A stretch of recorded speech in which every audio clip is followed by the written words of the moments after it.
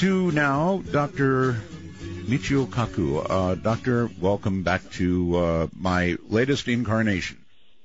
Art, it's been too long. Glad to be on your show again. So happy to have you.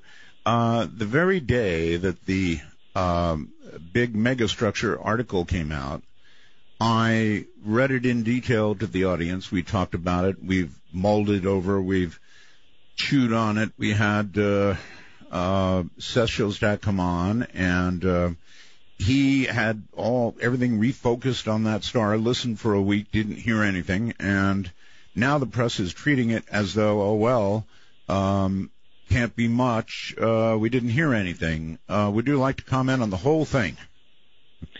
Well, first of all, you can't trust the media. The media is fickle. They have to sell newspapers. Yes. They have to make deadlines. That's right. So you can't go by the media. You have to go with what is testable, reproducible, and falsifiable. In other words, science. And scientists are scratching their heads over this thing.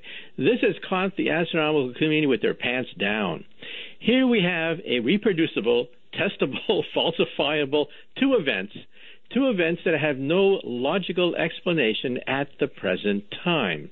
Starlight dims by about 1% or so if Jupiter were to go in front of our star, but we have two events where starlight went down by 15% and 22%. Yes. That is humongous. That is off scale.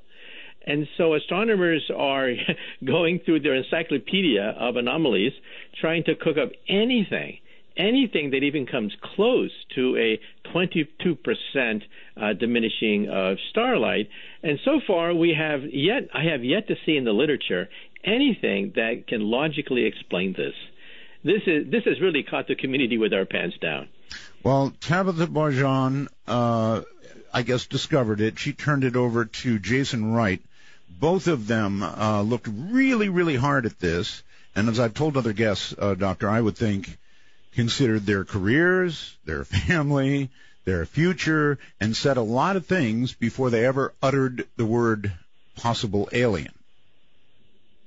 Well, we're scientists. We're not Hollywood producers. We have to look at the hard data. And the data right now is off scale. We have no reproducible, falsifiable explanation for the phenomenon right now. So an alien megastructure is on the table. Let's face it. Unless someone can come up with a credible scientific reason for taking it off the table, it is on the table.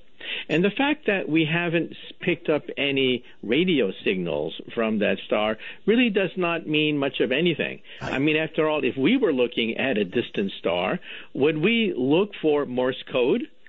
No, we would assume that these aliens are far beyond Morse code and they wouldn't communicate that way. That's right. Well, let's assume that these structures are built by an alien civilization. You can count that it would be on a scale of what is called a Type 2 civilization. And a Type 2 civilization would use communication methods that we would find fantastic. And so I think that it's, of course, natural that we're not going to pick up any signals. So it's not decisive one way or the other. Thank you. The press is very lazy, and that includes some talk show hosts who just dismiss things. You didn't hear anything? Okay, well, end of that story. So anyway, it's still there. It's still every bit as much of a puzzle. And we need to, I guess, keep looking at it for if it repeats yet again. What could do that? The only thing I've heard running around that's possible is a comet swarm. Yes, all the other logical, usual suspects have been ruled out. For example, a binary star system. If you have two stars going around each other, then it's conceivable one can dim the starlight of the other. But that doesn't fit the characteristics of this either. These apparently are non-periodic. We don't see a regular periodicity like we do with planets and things. And dropping a starlight by 22% is unprecedented. I mean, We've never seen anything like this before. So either the story is as big as the discovery of fire or the invention of the wheel, or it could be a wild goose chase. But either way, it's going to be a lot of fun. Well, I did ask Seth if, in its own way, this is as big as the wow signal was, and he went, oh, yes. So How long are we going to have to wait? Any thoughts on that before we get another opportunity to see the dimming? Well, the key word is reproducible. We scientists want to make sure that we have not just one event, but a few events to play with. Right. And that means that we're just going to have to sit tight and wait for the next dropping of starlight. And then at that point, we're going to train our spectroscopes at it. We're going to try to see whether we can see the fingerprint, the signature of gas, the signature of hydrogen. We're going to try to pick up radiation from the starlight to try to figure out if it fits any of the known signatures and fingerprints of cosmological astronomical objects. For example, dust clouds. It'd be very easy to roll out dust clouds or even comets by looking at the spectral lines of the next event. And so, yeah, we're going to be training our telescopes on the star, hoping that we're going to see another such event. We've seen two so far, so the chances of seeing another one within the next few years is pretty large. All right. For the audience who may not have heard you previously, you have a sort of a sliding scale of intelligent life and how it would develop, and you have put it into types of civilizations, right? Could you run through that for everybody very quickly? Yes. When we physicists looking out of space for intelligent life forms, we don't look for little green men. We look for energy signatures of type 1, type 2, type 3 civilizations. A type 1 civilization is planetary. They can manipulate all the energy that falls on their planet from their star, meaning that, for example, they would control the weather or modify the weather at will. Planetary phenomenon, volcanoes, earthquakes can be modified, sort of like Buck Rogers, that kind of technology. Then there's type 2, because they exhaust the power of a planet, and the next energy source is the mother star. And so they mine the star. They can create what are called Dyson spheres to surround the entire mother star. They can create a Death Star if they want, like the movie Star Wars. So a Type 2 civilization is like Star Trek. It's like the Federation of Planets. They can just barely manipulate stars in the Star Trek series. That's Type 2. A Type 2, by the way, is immortal. Nothing known to science can destroy a Type 2 civilization. They can deflect meteors, comets, ice ages. Nothing known to science can destroy it. Even a supernova of their mother star. They would either leave the solar system or they would move their planet. Then there's Type 3, which is galactic. They roam the galactic space lanes like the Empire of the Empire Strikes Back series. And on a calculator, you can even calculate when we will attain these types. By the way, we on the scale, we do not manipulate the weather. We do not manipulate our sun, and we don't roam the galactic space lanes. We are a Type 0 civilization. Well, but we're about 100 years. I was going to ask, could we be possibly like a 0.5 or 6 or something? Well, if you do the calculation very carefully, we are actually at a 0.7. 0.7, oh. In fact, it was Carl Sagan who did the calculation. It's a very simple calculation. It's on an exponential scale. We know the energy output of the planet Earth. We know how much sunlight would hit the Earth in its entirety. And so you just divide, and bingo, you get 0.7. So we're very close to being Type 1. And in 100 years, the calculation shows that in 100 years we'll be Type 1. Because, what is the Internet? The Internet is a Type 1 telephone system. We're privileged to be alive to witness the birth of the first major Type 1 technologies, the Internet. That's what it is. And English will more than likely be the language of the Type 1 civilization. And we're seeing the beginning of a Type 1 economy with the NAFTA, the European Union, very large trade blocs. We're seeing the beginning of a Type 1 sports called the Olympics and soccer. We're seeing the beginning of a Type 1 music, youth culture, rock and roll. These are pretty much planetary kinds of things that are milestones that are happening. Are you sure that the world sport might not be football as we know it? Well, football, soccer, whatever. Then there are some people who don't like this. Some people who in their gut cannot articulate this, but they don't want a scientific, multicultural, planetary civilization. They want to be not in the year 2200. They want to be in the year 1000 A.D. These are the terrorists. Terrorism is one of the birth pangs of a Type 1 civilization. And so naturally you're going to see forces that are against the formation of a truly enlightened, planetary, prosperous civilization. And these are the terrorists. They want to live in the year 1000 A.D. rather than in the year 2200 A.D. Mm-hmm. It's certainly pretty bad right now. And you can imagine, I mean, if you look at the ideology of ISIS, for example, right in the very center of their ideology, their flawed ideology, is Armageddon. They want to precipitate Armageddon. They actually want that. So, if they had some gray goo they could drop or a bomb they could set off, they wouldn't hesitate for 1 second to do so. Yeah, we're talking about a philosophy that comes from the Middle Ages, technology and techniques that come from the Middle Ages, except they have 21st century access to weapons, and that's what makes them very dangerous. Well, Professor, do you think it's going to end up being a hiccup on the way to type 1, or is it going to be something more than a hiccup, going to set us back? Well, let's hope that it's a hiccup. However, there was a very influential article written by the former Prime Minister of Malaysia, an Islamic country, a few years ago, and he lamented the fact that the Islamic world is sort of like repeating a debate they had 1,000 years ago, which led to the decline of the Islamic Empire, and that is the nature of truth. Where does truth come from? 1,000 years ago, there were some scholars that said that truth comes from nature and experiment. Mm-hmm. But the other side said, no, truth comes from the Quran. And you see, Allah can change reality anytime he feels like. Therefore, there's no necessity to discover the laws of nature because they can be changed at any point. Unfortunately, said the former Prime Minister of Malaysia, the religious zealots took over. And that began the decline, the 1,000-year decline of the Islamic State. Just remember that they had a great civilization 1,000 years ago. The word algebra is an Arabic word. The names of the stars, Algol, Altair, they're Arabic names. Mm-hmm. And optics was first discovered by the Arabs, not by the Europeans.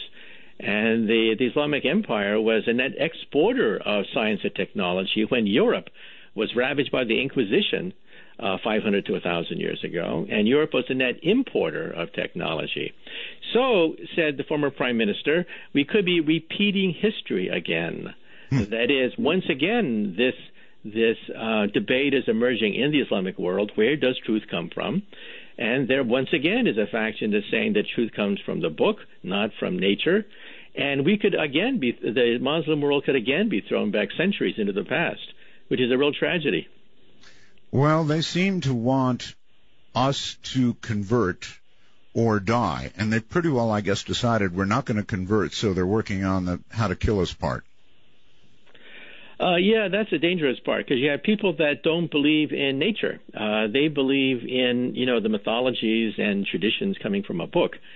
And how you interpret that book, as we all know, is a matter of taste sometimes. And so that's why we're going to have this struggle for quite a while. But again, we had it 1,000 years ago, and we're having it again. All right, well, here's a question for you. If we could instantly eliminate religion around the world, all of it, would we have a better planet or a worse planet? Well, personally, I think we're genetically hardwired to be religious. If you were a Martian landing on the Earth for the first time, you would realize that all great civilizations have some form of religion. That's right. And you would basically conclude that there's a God gene. We, of course, are rational beings. We don't necessarily have to be slaves of our genes, but there probably is a genetic propensity to be religious.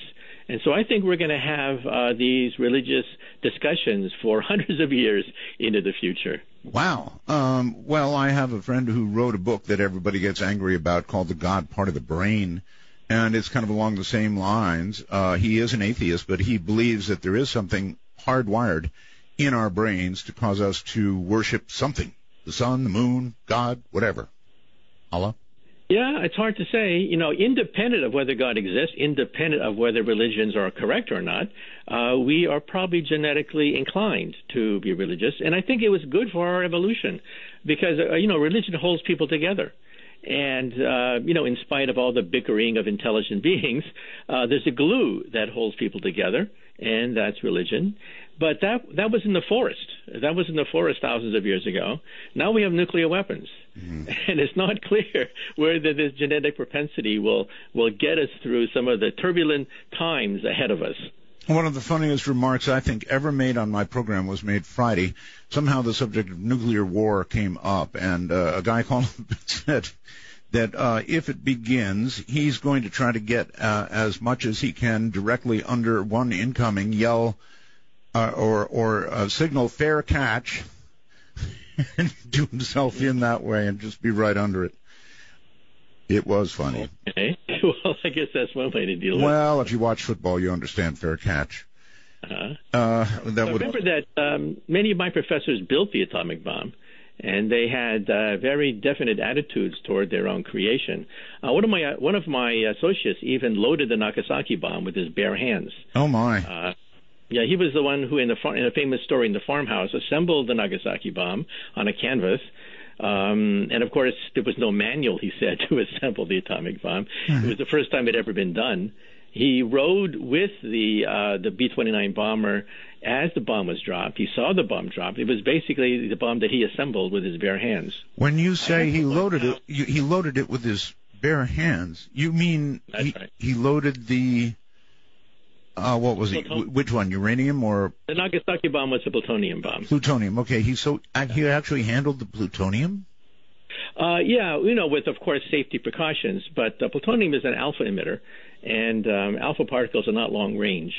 And so you can handle it. Of course, you shouldn't handle it for very long periods of time.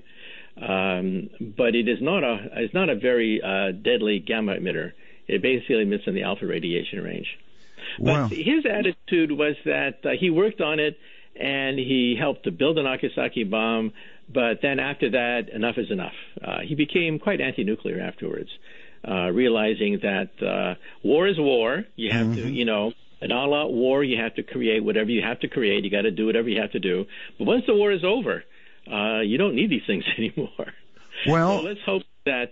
Yeah? Yeah, I heard that we just committed $1 trillion to updating our nuclear stockpiles. Yes. Well, there's some debate about how much we have to update our stockpiles. There ought to be a lot of debate about it. Yeah, our stockpile is what is called headed toward third generation. We're now building third-generation hydrogen warheads. First-generation hydrogen warheads were huge, gigantic things that you could just barely carry on an airplane.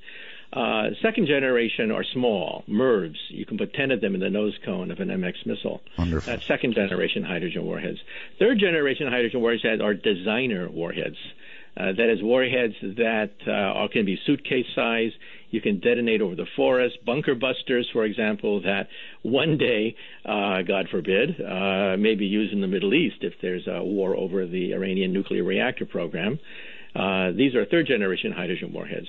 And so there's some motion within the weapons industry that they have to test some of these things just to make sure they work. Personally, I hope that we don't have to go to third-generation hydrogen warheads. Well, me too, and I don't want them tested out here near me. All the other ones were tested near me, and I worry enough about the groundwater as it is. But a whole new series of tests, no thank you. Do you think that can be prevented? Well, there is a treaty that bans these tests, and the United States has not tested underground for quite a while, and let's hope it stays that way. We have computer simulations, by the way, that are quite good, that allow us to, at least in cyberspace, test the reliability of these things. But let's hope that the deterrence power of these weapons is sufficient to deter any other nation from trying to use these weapons against us. Professor, if we make it from 0.7 to 1, do you think by 1 we are past the probability of self-destruction? No. I think you really have to be type 2 before you really become immortal. That is, nothing known to science can destroy a type 2 civilization unless, of course, it commits suicide. Type 1, we still have the savagery of our past. We still have all the sectarian and religious fundamentalist differences that we had coming out of the swamp. And we still have it with us. So even in in a type 1 civilization, there are going to be conflicts. There'll be interests. But I think there's good news. The Internet is a type 1 telephone system, and it spreads democracy. Just look at the Arab Spring.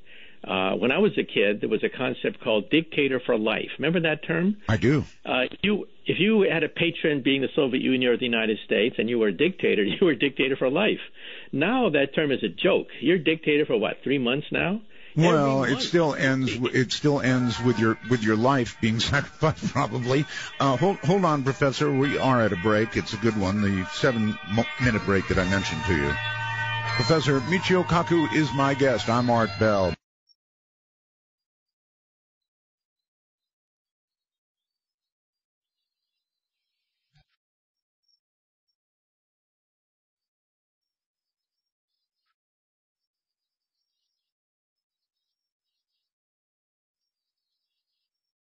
Back to Dr. Kaku. One other quick question before we leave the megastructure thing altogether. If it turned out that these really were megastructures, it really was a type 2 civilization, would it behoove us to keep our heads down or to attempt to contact them? What would you think? I think it would be a very bad idea to try to contact them because we don't know what their intentions are. Now, personally, I think they're going to be peaceful because they will have had, according to the Kardashev scale, several thousand years in which to work out their religious sectarian differences.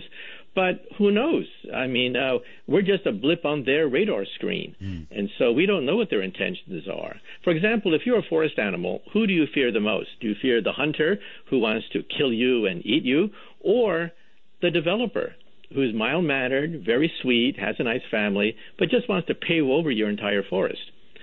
So we don't know what their intentions are. And so I think in the meantime, we should just keep our head low. So we don't get paved over.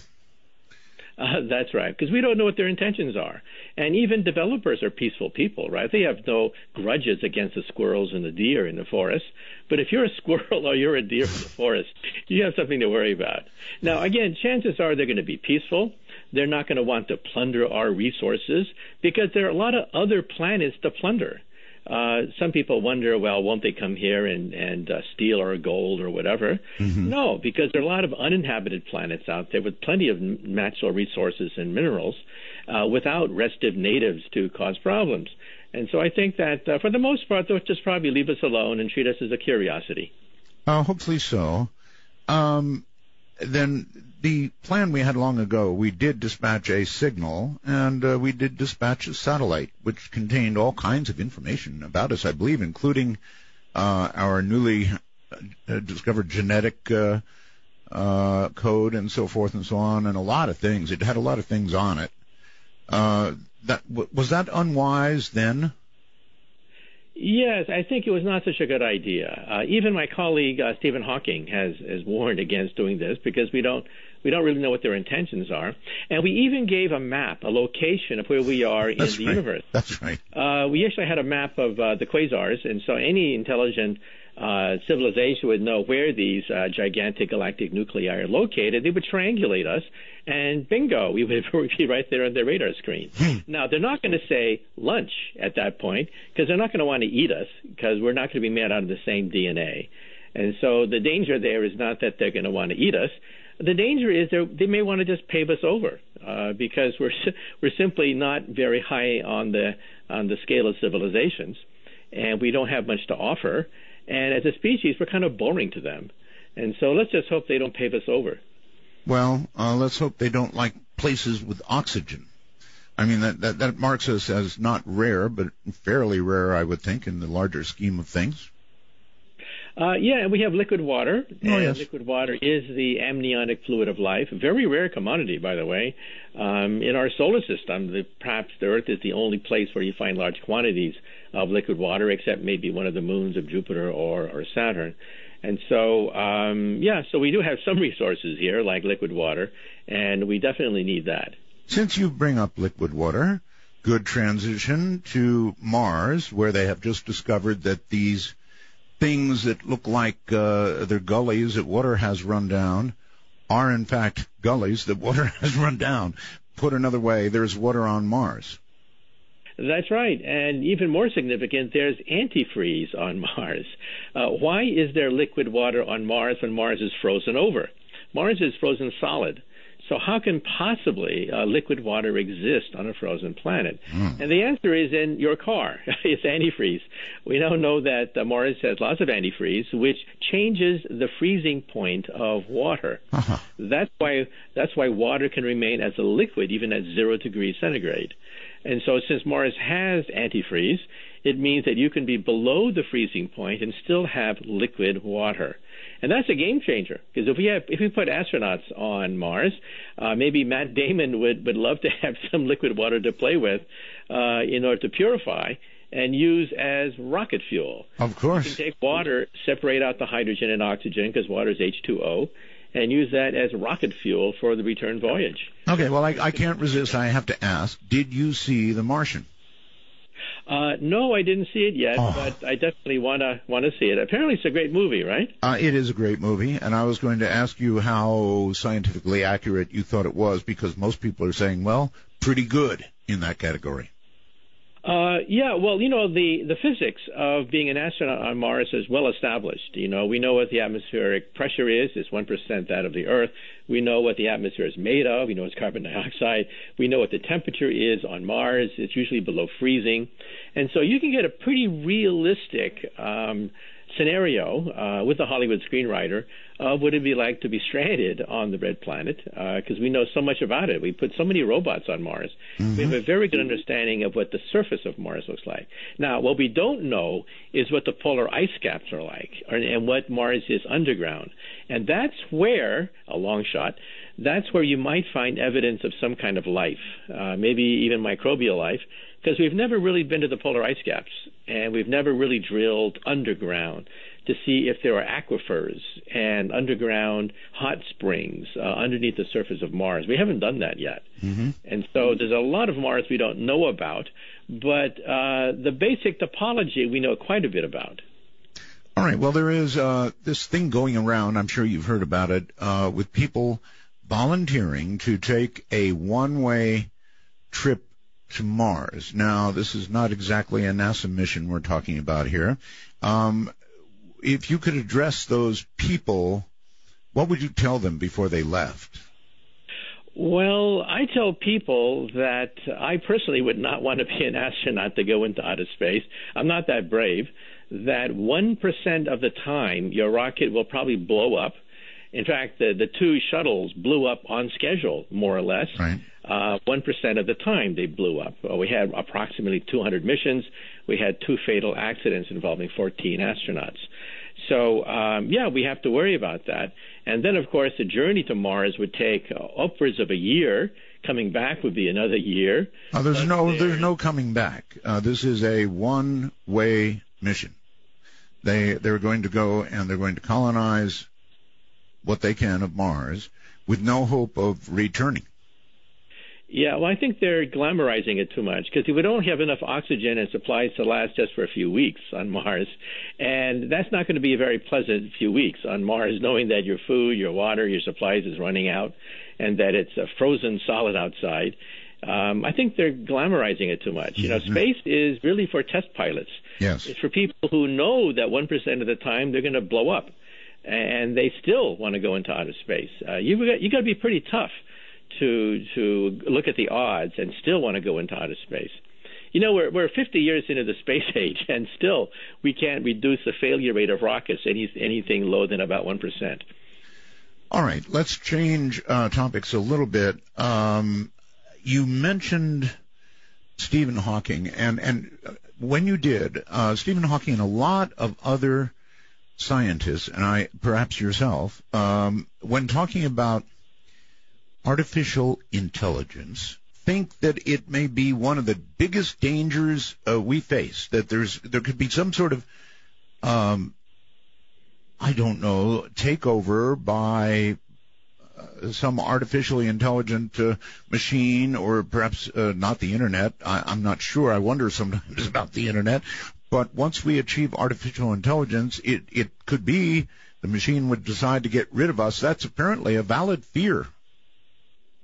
Well, yeah, the fear is that they're going to put us in zoos and they're going to throw peanuts at us behind bars and make us dance. Yeah.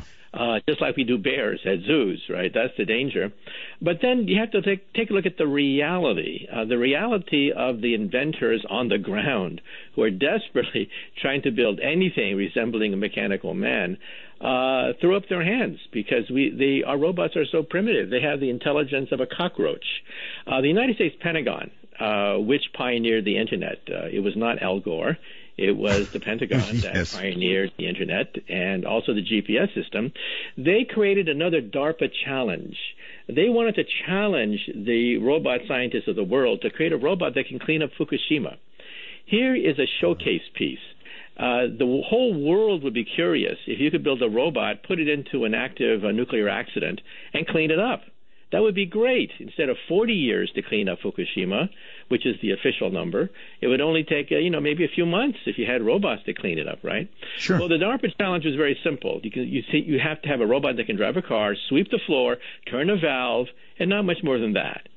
Children can do that, right? Sure. Well, every single model robot failed except for one from South Korea. And on the Internet, you can see all these robots simply falling over and tripping over themselves. That's how primitive we are with regards to building a mechanical man or a mechanical woman. We've been brainwashed by Hollywood into thinking that they're around the corner. Now, that's not to say that at some point in the future we'll have robots smarter than a cockroach.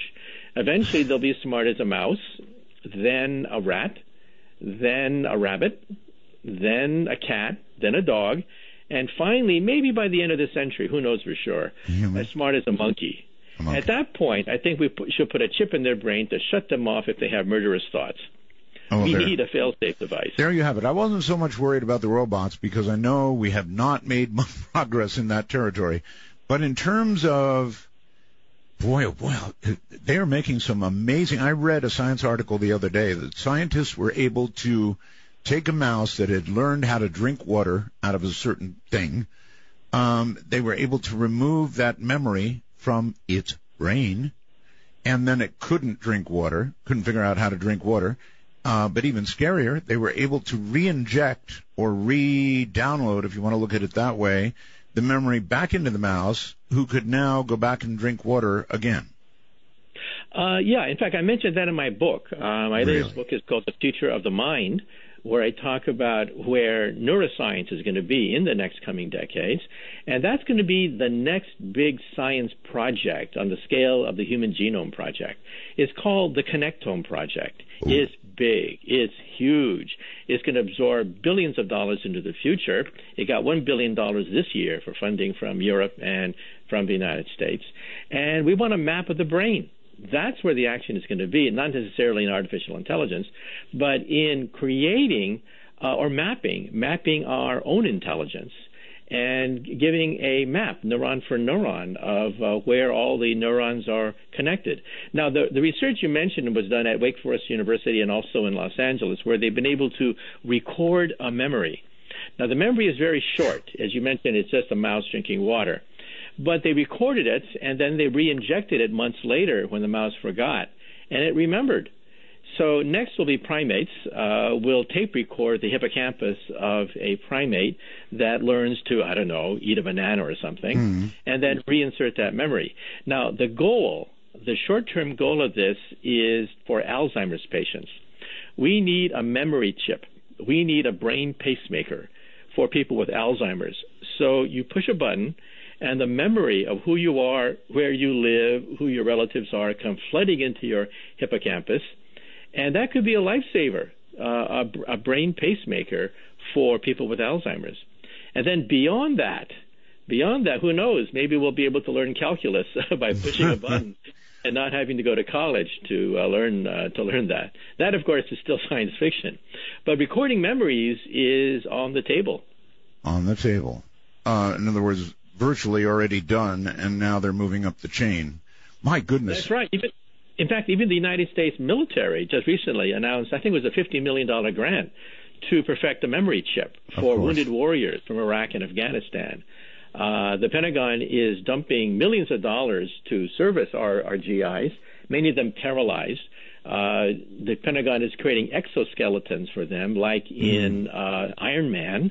And at the soccer games this past summer, the man who kicked the soccer ball was totally paralyzed. He was a quadriplegic. At Duke University, they put a chip in his brain, connected the chip to a mechanical arm and leg, and he was able to kick the football, initiating the World Cup games. While this is tremendous PR for the work being done, I somehow imagine, Professor, that the Pentagon may have other interests in the development of this technology. Well, yeah. I mean, we pay the government to win wars. We don't pay them to lose wars. That's and, of right. course, they're going to try to, see if this has any military applications. During the Cold War, we now know that the United States government engaged in all sorts of shenanigans, enlisting hypnotists and psychics and mind readers and all sorts of cockamamie schemes to beat the Russians in sci-tech warfare. All of that came to nothing. The government basically wasted hundreds of millions of dollars chasing down every single psychic they could get their hands on to locate Soviet submarines, to locate the position of the Soviet leadership, all of which came to nothing. But now we're talking about the real thing. With the Connectome, we're actually now peering into the way in which the brain operates, and we can even extract pictures out of a living brain, and one day we'll photograph a dream. One day you'll wake up in the morning, push a button, and see a videotape of the dream that you had last night. Okay, I'm sorry. There is something else I just heard, that scientists had just confirmed the ability of some people to do what's called lucid dreaming. That's right. Yeah, this is very interesting. Lucid dreaming was once considered to be Buddhist nonsense and psychobabble. And there are books about how to train yourself to control your dreams while you are dreaming. Right. But we now prove that it's actually possible. This was done at Max Planck Institute in Germany, where they took a lucid dreamer who claims to be able to control the dream. They put him on an MRI scan, and they were able to communicate with him, and he was able to control the direction of his dream as he was dreaming. And they verified that with the MRI machine. So lucid dreaming is real. You can actually learn, reading these old Buddhist texts, how to control the direction of your dream. This is not fiction anymore. So in other words, sometimes things that scientists think are woo-woo things and just silly occasionally turn out to be real. That's right. And another thing that, science fiction writers have talked about is, telepathy and stuff like that.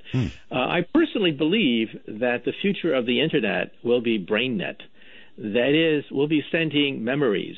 We'll be sending emotions and feelings on the Internet. And we're taking the first steps now with this. On the Internet, you can actually send thoughts over the Internet now. Thoughts can be recorded, deciphered by an MRI scan, and then sent over the Internet. So one day, entertainment may be sent on BrainNet, so that instead of watching a movie, which is a two-dimensional flat screen with sound, that's all a movie is, you'd be able to feel the emotions and feel the sensations of the actors or actresses as you watch a movie. That would add many more dimensions to entertainment. And I think that's the next evolutionary step of the Internet. It's still, of course, 15, 20 years away. But if we do have a BrainNet, I think teenagers will go crazy. Can you imagine Facebook with emotions?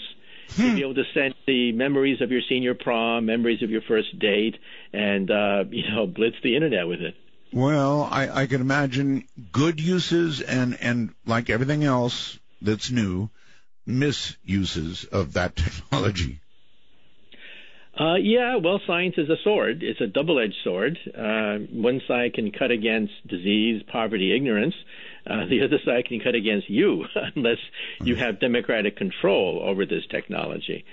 So now we're talking about the real thing. We're no longer talking about hypnosis and psychics and mind readers. Right. We're talking about MRI scans that allow us to extract pictures from the brain, photograph dreams perhaps, allow us to control mechanical arms and legs, create exoskeletons like in Iron Man, and record memories. This is all very much possible. All right. Stay right where you are, Professor. Yes, laughed at it, right? A lot of scientists laughed at it not long ago. Nobody's laughing now because they've proven lucid dreaming is the real McCoy. I'm Art Bell. This is Midnight in the Desert. Stay right where you are.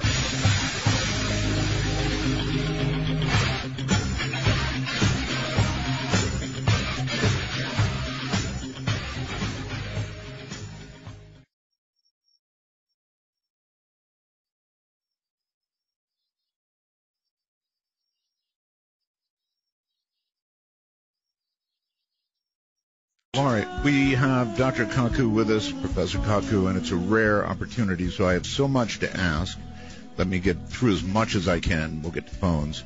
I saw an article recently, Professor, which said, I mean, it was always my experience that black holes sucked things in, and like Las Vegas, they stay there. The other day, though, there was an article saying scientists had observed something coming out of a black hole. Now, how does that happen? Well, I'll have to read the article more carefully as to what's coming out of the black hole, but we think that black holes are not totally black. We used to think that a black hole is like a Roach Motel. Everything checks in, nothing checks out. Yeah. However, Stephen Hawking, my colleague, has shown that black holes radiate a very faint radiation, a glow, and that's called Hawking radiation, right. And that's because of the Heisenberg uncertainty principle. Since you don't know the precise location and energy state of a black hole, because there's always uncertainty, something must leak out, and it's a very gentle radiation that we hope to find one day. We haven't found it yet. That's why Stephen has not won the Nobel Prize, because we have not yet found Hawking radiation, but it must exist, because we believe in the quantum theory, and therefore it must radiate. Now, this news story I didn't see. Was it a star? Was it gas coming out? It was visible. Outside of a black hole, there is interstellar gas being spewed out. Black holes will burp. They eat stars for lunch, but it's possible that they may burp and temporarily emit a burst of radiation. But in general, if you fall through the event horizon, it's a one-way trip. It's a no-go coming out. So I would imagine that perhaps it was a star that got too close and was slingshotted around the event horizon, and it appeared as if it came out of the black hole when actually it just was flung around like a slingshot. I imagine that that's what happened there. Okay. By the way, did you see the movie Interstellar? I did, and it was a little difficult to follow. I stayed with it most of the way. There were a few questions I had about it, but I thought it was great. And the ending, everyone's puzzling about the ending. Me too. McConaughey is hovering. That's string theory, basically. They end on what I do for a living. I work on string theory for a living. That's my day job. And he was like hovering. Remember that last scene where he's hovering over the past? That's like you hovering over a tea garden, a pond where you see the fish. The fish in a Japanese tea garden can swim in two dimensions. They are two-dimensional creatures. They can go forward, backward, left, and right. But the concept of up into hyperspace, up into the third dimension makes no sense to a fish living in a pond. But you live in hyperspace. You live in the third dimension. You live in the world of up. Looking down on the fish, you see the fish in its entirety. That's what Matthew McConaughey was doing. He was floating in a higher dimension. And, of course, Hollywood has to find some way of visually representing that. So they had him floating. They had him floating in that strange cubical structure. Right. That cubical structure is very similar to what Salvador Dali painted in his famous painting of Jesus Christ crucified on a four-dimensional hypercube. You can Google it. Salvador Dali is Hypercubicus Crucifixion, one of his most famous religious paintings, where Jesus Christ is crucified in the fourth dimension. He's crucified above a cross.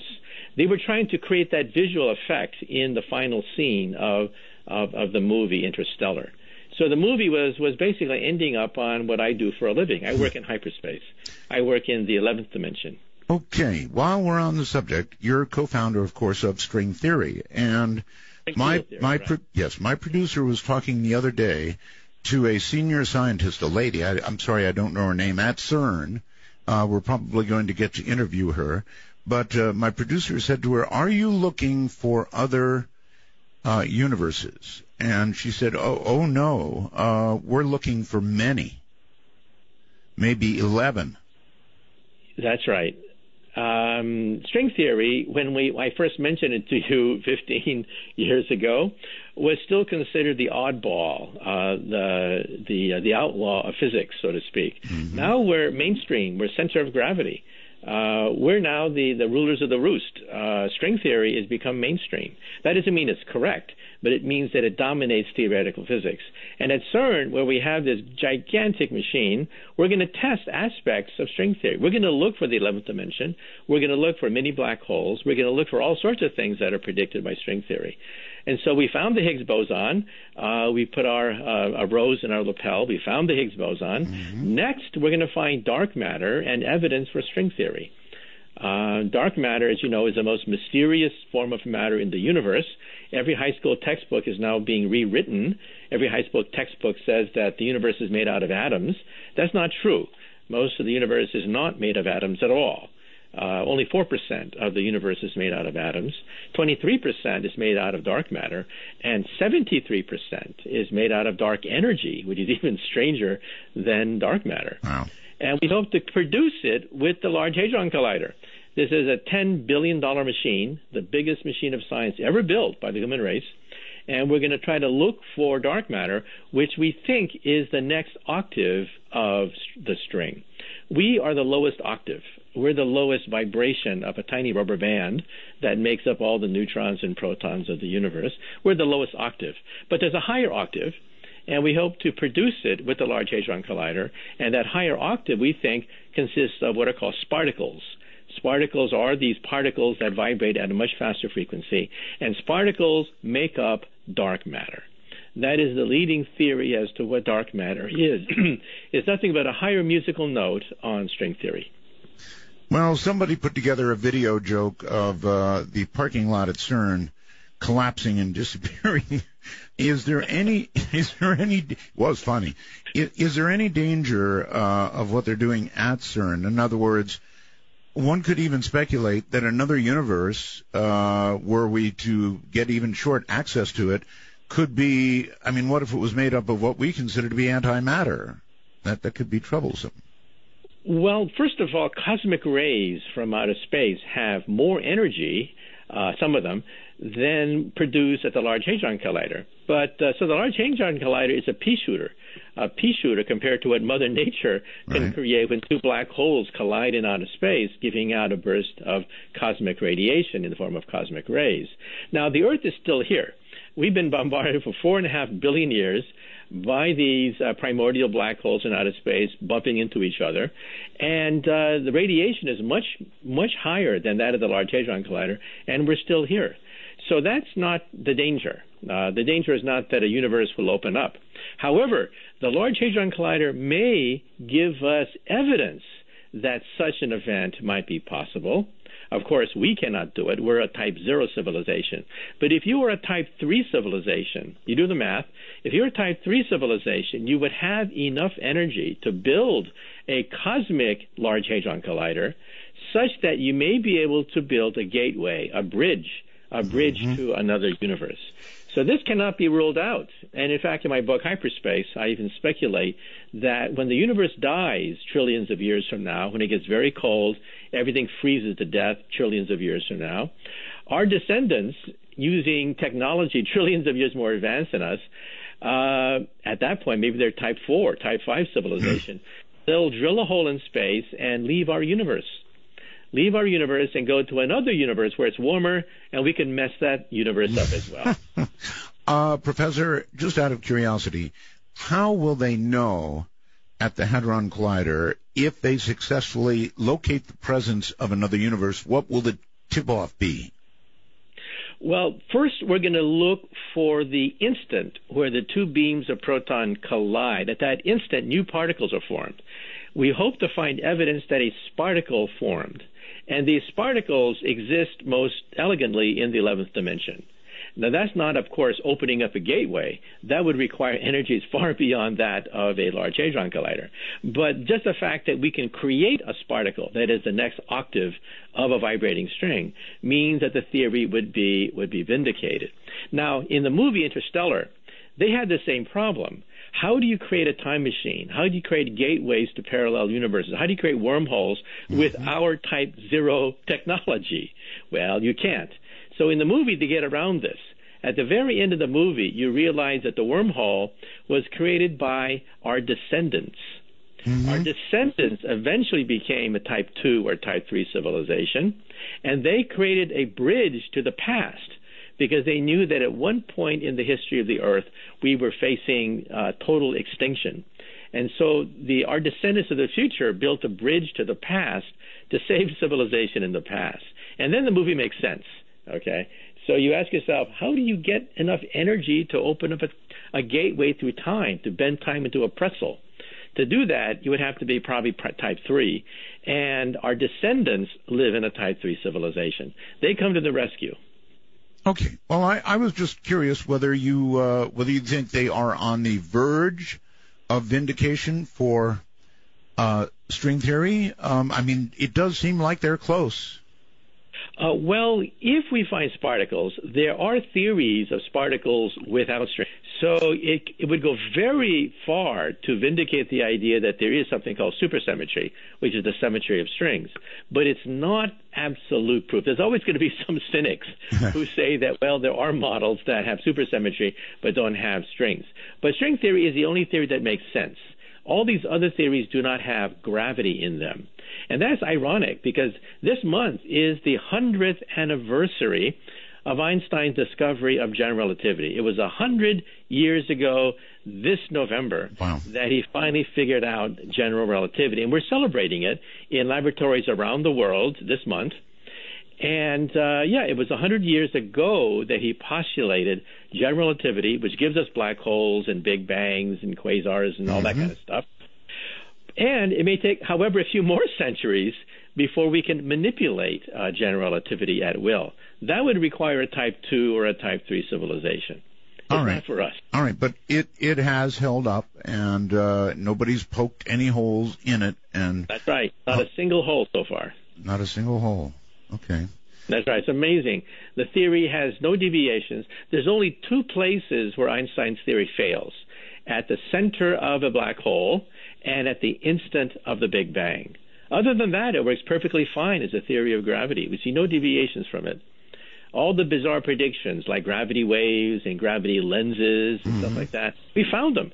In fact, they win Nobel Prize. Crumbs off the table of Albert Einstein win Nobel Prizes for other physicists. His brain. Do you have any theories, Professor, on Einstein's brain? Has there been another Einstein? There hasn't been yet, has there?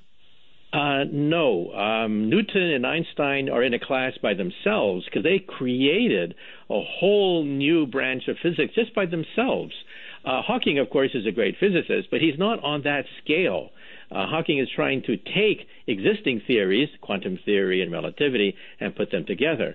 But here's Newton and Einstein creating out of whole cloth an entire theory just from the power of the human mind. That is incredible.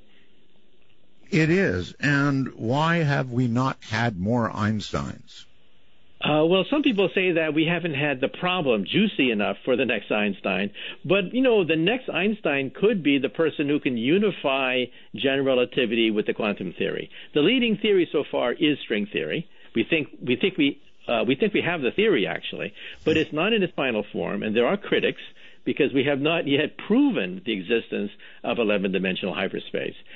We hope to have experiments with the Large Hadron Collider with sparticles that would go a long ways toward quieting the cynics, but there's always a possibility that another theory can creep in. So that's why they're not handing out Nobel Prizes for string theory. It's still too early. Okay, but if they find sparticles, I'm sure you'll have at least a sample glass of champagne, huh? Yeah, we hope so. But anyway, the Large Hadron Collider is not dangerous. It's been turned on for several years. It consumes so much electricity, by the way, that they have to alternate with the city of Geneva for Christmas. Over the Christmas holidays, they actually have to turn off the machine. Otherwise, Geneva would be drained of electricity and would not be able to celebrate Christmas. That's how powerful the machine is. And you really perceive no danger, or do you back away from that a little bit and say... No, there's no danger. In fact, we wanted an even bigger machine outside Dallas, Texas. The Super Collider. I know. It makes the Large Hadron Collider look like a pea shooter. The Super Collider outside Dallas, Texas, in the town of Waxahachie, was going to be many times bigger than the Large Hadron Collider, but Congress canceled it. What can I say? The fundamental question is there intelligent life on the Earth? Probably not. Just look at the United States Congress. They gave us $1 billion to dig a hole for the Super Collider. They canceled our machine in the 90s. That's right. And they gave us a second $1 billion to fill up the hole. $2 billion wasted to dig a hole and fill it up. That's the intelligence level of the United States Congress. That's our Congress, all right. Don't you worry that is a barrier to even point 8? Well, hopefully, just because of private enterprise, outside of government, our gross domestic product is growing. The economy is, sputtering along at a few percent growth per year, and that would keep us going. And like I said before, if you do the math, you find out that in the year 2200 or so, we will be planetary. We'll be producing planetary energies at that point. And we will be entering a Type 1 civilization, unless, of course, the atmosphere destabilizes and nuclear weapons proliferate and designer germs escape from the lab. There are some scenarios, doomsday scenarios, but let's hope that cooler heads prevail and that we can control our passions so that we reach a Type 1 civilization by 2200. And if we increase the temperature on the planet by 6 degrees centigrade? Well, yeah, there's the wild card, right? The wild card is that we never reached 2100, 2200 because of the fact that we dump so much carbon dioxide into the atmosphere. 100-year storms, we used to have 100-year storms once every 100 years. Now we have 100-year forest fires, 100-year floods, 100-year droughts every few years. Yes. And every farmer, you don't have to convince them. They know the earth is heating up. Summer is almost a week longer than normal. Every farmer has to know this. They have to know when to plant the seeds and when to harvest. Every glacier is receding on the planet Earth. Every major glacier is receding, not expanding. You would expect random fluctuations, right? No. Every single glacier is receding on the planet Earth at the present time. These are not good signs. Well, there's a fellow named Mark Linus who has written an article about 6 degrees centigrade. If that should occur, he says, our subtropical areas would be uninhabitable for human beings. Current areas that are growing food for the world, for ourselves and the world, would be no longer able to do so. That would all move north. The world would change, and of course the storms would get unbearable. Yes. Now, there is one potential ace in the hole that we still have questions about, and that is thermonuclear fusion. The French, hopefully by 2020, will turn on the first workable fusion machine that can reach break-even, that is, create more energy that it consumes. It's the ITER fusion reactor. The Europeans are betting the store on it. The Europeans are putting $10 billion into the ITER on a scale of the Large Hadron Collider. And it uses seawater. The ultimate fuel for a fusion reactor is seawater. And realize that Mother Nature does not use uranium. We use uranium in our reactors, but uranium is dirty. You split the uranium atom, you get nuclear waste. Nuclear waste has heat, creates a meltdown, creates nuclear waste, as the people of Nevada, for example, know. And it means that Mother Nature has preferred to use a different energy source. Instead of uranium, Mother Nature uses hydrogen in the form of fusion. Clean, has almost no waste. The waste is helium gas, which is commercially valuable, in fact. And seawater is basically a limitless supply of hydrogen. All right. May I ask you a question about fusion? What's stopping us with regard to fusion now? Is it containing the reaction, or is it maintaining the reaction, or both? Well, it's both. Take a balloon and try to squeeze a balloon. You squeeze it at one place, it bulges out in another. Right. Well, that balloon is a ball of gas containing hydrogen. Magnetism squeezes it, but it bulges out in another direction. Mm-hmm. To try to stabilize that, to uniformly squeeze hydrogen gas is the $64,000 question. That's why the ITER is our best chance to squeeze the balloon without having it bulge out in other directions. And that's why we think that it could hit break-even perhaps by 2020. However, I caution you, every 20 years, we physicists say that fusion is 20 years from now. 20 years later, we say, oops, we made a mistake. Fusion is another 20 years from now.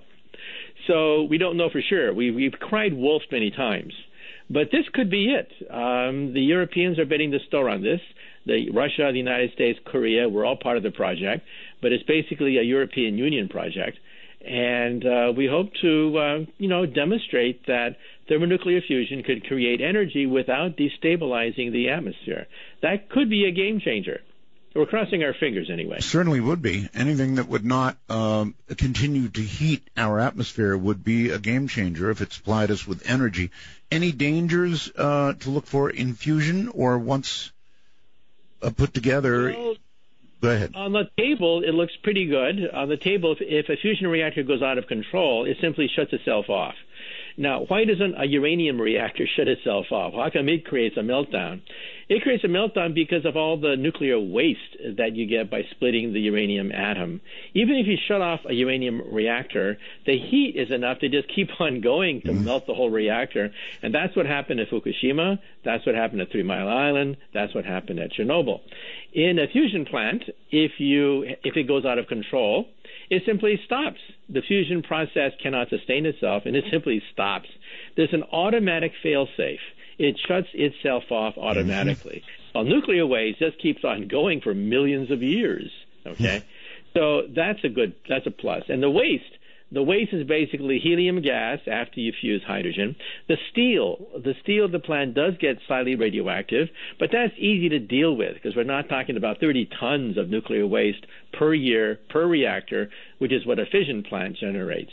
And so on the table it looks very good. The only problem is we have to demonstrate by squeezing the balloon whether or not we can contain hydrogen gas long enough to sustain fusion. That's the killer. We haven't done that yet. Hydrogen gas, of course, has been the bugaboo of even the current reactors. Usually a hydrogen explosion is what spreads everything around. And so while we're on the subject of Fukushima, Professor, do you get any reports on how that's going? It's going very badly. Basically, it's a stalemate. We're not making much progress because every time workers go in, they can only go in for a few minutes. Right. It is so radioactive, it's lethal. There are lethal radiation fields there. And we have yet to put submarines into the water to take photographs of the melted core. We do know that the core is liquefied. It's never happened before, by the way. At 3 Mile Island, the core crumbled. About 80% of the core was uncovered at 3 Mile Island, causing it to basically collapse. But it didn't completely melt. It was a partial meltdown. Here at Fukushima, we had 3 total meltdowns. The core liquefied. And God knows what the configuration is. And we can't begin the cleanup operation until we remove the debris, photograph what the core looks like, and then begin to, somehow remove the melted pieces. We can't do that yet because it's too radioactive. And like I said, that's why the Pentagon had commissioned the DARPA challenge for anybody who can create a robot that can sweep the floor, turn valves, turn screwdrivers, and all of them basically failed. So we're in a situation where we're in a stalemate. So it's sort of like hanging on a cliff with your fingernails. You're not falling into the cliff yet, no. But you're certainly not out of the woods either. And so right now it's basically a stalemate at Fukushima. That's why you don't get headlines. But it creates lots of radioactive water. There's a loop that cools a nuclear power plant. Therefore, the same water can be used indefinitely to cool a plant. The loop is broken at Fukushima. Therefore, you constantly have to add fresh water from the outside, creating radioactive wastewater at the other end because the loop is not closed. And that's why they're just piling up with swimming pools, huge numbers of swimming pools of radioactive water, and some of it gets dumped into the bay. And so, it's not a good situation at all. The situation is not stable yet. I have heard, and this could be wrong, but I have heard that there have been flashes of radiation as this stuff mixes, and you mentioned it's like a soup down there, horrible soup, that there have been occasional flashes of radiation. Now, I'm not saying that something is going to go into a chain reaction, but even if you get close, you seem to get these flashes of radiation. Do you know anything about that? No, but it is possible that once in a while you can get accidental criticality. Exactly. It happened in nuclear accidents. At Oak Ridge, Tennessee, we have the Y reactor where the plutonium that was in the walls in a pipe actually went supercritical. So we have situations where supercriticality, of course, is what set off the Hiroshima bomb and what set off the Nagasaki bomb. On a small scale, you can get supercriticality accidents like at Oak Ridge and Los Alamos. There have also been several supercriticality accidents at Oak Ridge, Tennessee, at the Los Alamos National Laboratories in New Mexico, where workers were actually mixing plutonium, and the plutonium went supercritical. There was a flash of light, a blue flash of light caused by Cherenkov radiation, and it killed the workers. The radiation was so intense that the workers got a lethal dose of radiation mixing plutonium at Los Alamos. So, these flashes of light, I'm not sure whether the Fukushima flashes have anything to do with this, but at weapons laboratories, these flashes of light are very much a problem. They have to be looked at. They don't create a Hiroshima bomb, but the flash of light will give you a lethal dose of radiation.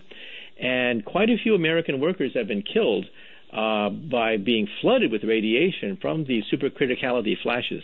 Okay, well, my wife is Filipino, and in the Philippines they're very concerned about the fish and the effect on the Pacific Ocean from all that radiation. Anything you can tell me about that? Well, in the industry, they have an expression: the solution to pollution is dilution. Dilution, yeah. Well, it all depends on how much dilution you have and how much pollution there is. Yes, dilution for the most part will take radioactive waste and disperse it over a large area. But how much? After a certain point, levels begin to rise. For example, all of us have a piece of the nuclear fallout created by nuclear testing in the 50s and early 60s. If I take a Geiger counter or a scintillation counter, I can actually put it right next to your body and show you that you are carrying radiation from Fukushima, from Chernobyl, from the 3 Mile Island accident. These isotopes have a fingerprint. And by looking at the radiation in your body, you can see that, yes, you do have radiation from these reactors. Now, it's been diluted, of course. That's why you don't have to go to the hospital. But we do have to keep track of these things. And sometimes the nuclear operators are very lax at keeping track of how much pollution comes out of a reactor. But again, it's case by case. You have to look at the case to see how much radiation is coming out. In Japan, for example, there was some concern about the fish off the coast of Fukushima because they were dumping radioactive water. Now we've been able to measure the amount of radiation that went out, and it's pretty low, so we don't raise health concerns. But it does have to be monitored. All right. Definitely. Hold it right there, Professor. We'll be right back.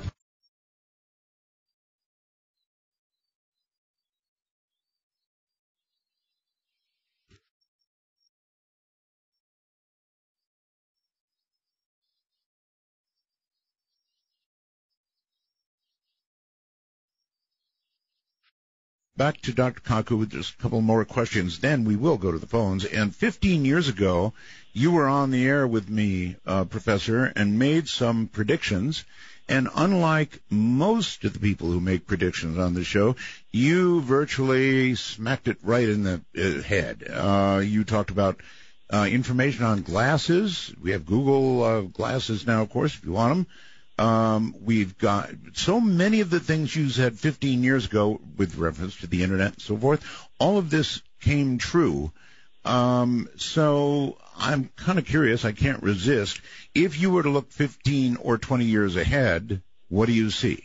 Well, first of all, I think the internet will mutate into the next level, which is BrainNet. There's an enormous amount of resources now being put into teasing apart the secrets of the brain, called the Connectome Project, or the Brain Initiative of President Barack Obama. And that means that we will record memories. We will send memories on the internet. We'll be able to understand mental illness. We'll be able to photograph dreams. We'll be able to send emotions and feelings on the internet. And I think the internet will explode, because a whole new dimension can be added to entertainment, to family get-togethers, to chit-chat with their friends. We'll be able to do it mentally. So in the future, when you walk into a room, you will mentally control the internet. You'll control the lights. You'll call for your car. You'll be like a magician. Somebody walking into the room will think you're Harry Potter. A magician that simply mentally thinks about things and rearranges objects like telekinesis, calls for your car, even drives your car mentally, communicates with other people emotionally. The movies are going to be changed totally, because we'll have the extra dimension of feeling added to that. And this will be a boom for people who are paralyzed. We'll be able to make them walk again. Alzheimer's patients will be able to have memories uploaded into their mind, and hopefully we'll be able to maybe have a handle on certain forms of mental illness. Schizophrenia, for example, afflicts about 1% of the human race, and when you scan their brain, the left part of your brain talks to yourself, and it lights up. We do it all the time. You're doing it right now. The left part of your brain is talking to itself. But in schizophrenics, that left part of the brain lights up without their permission.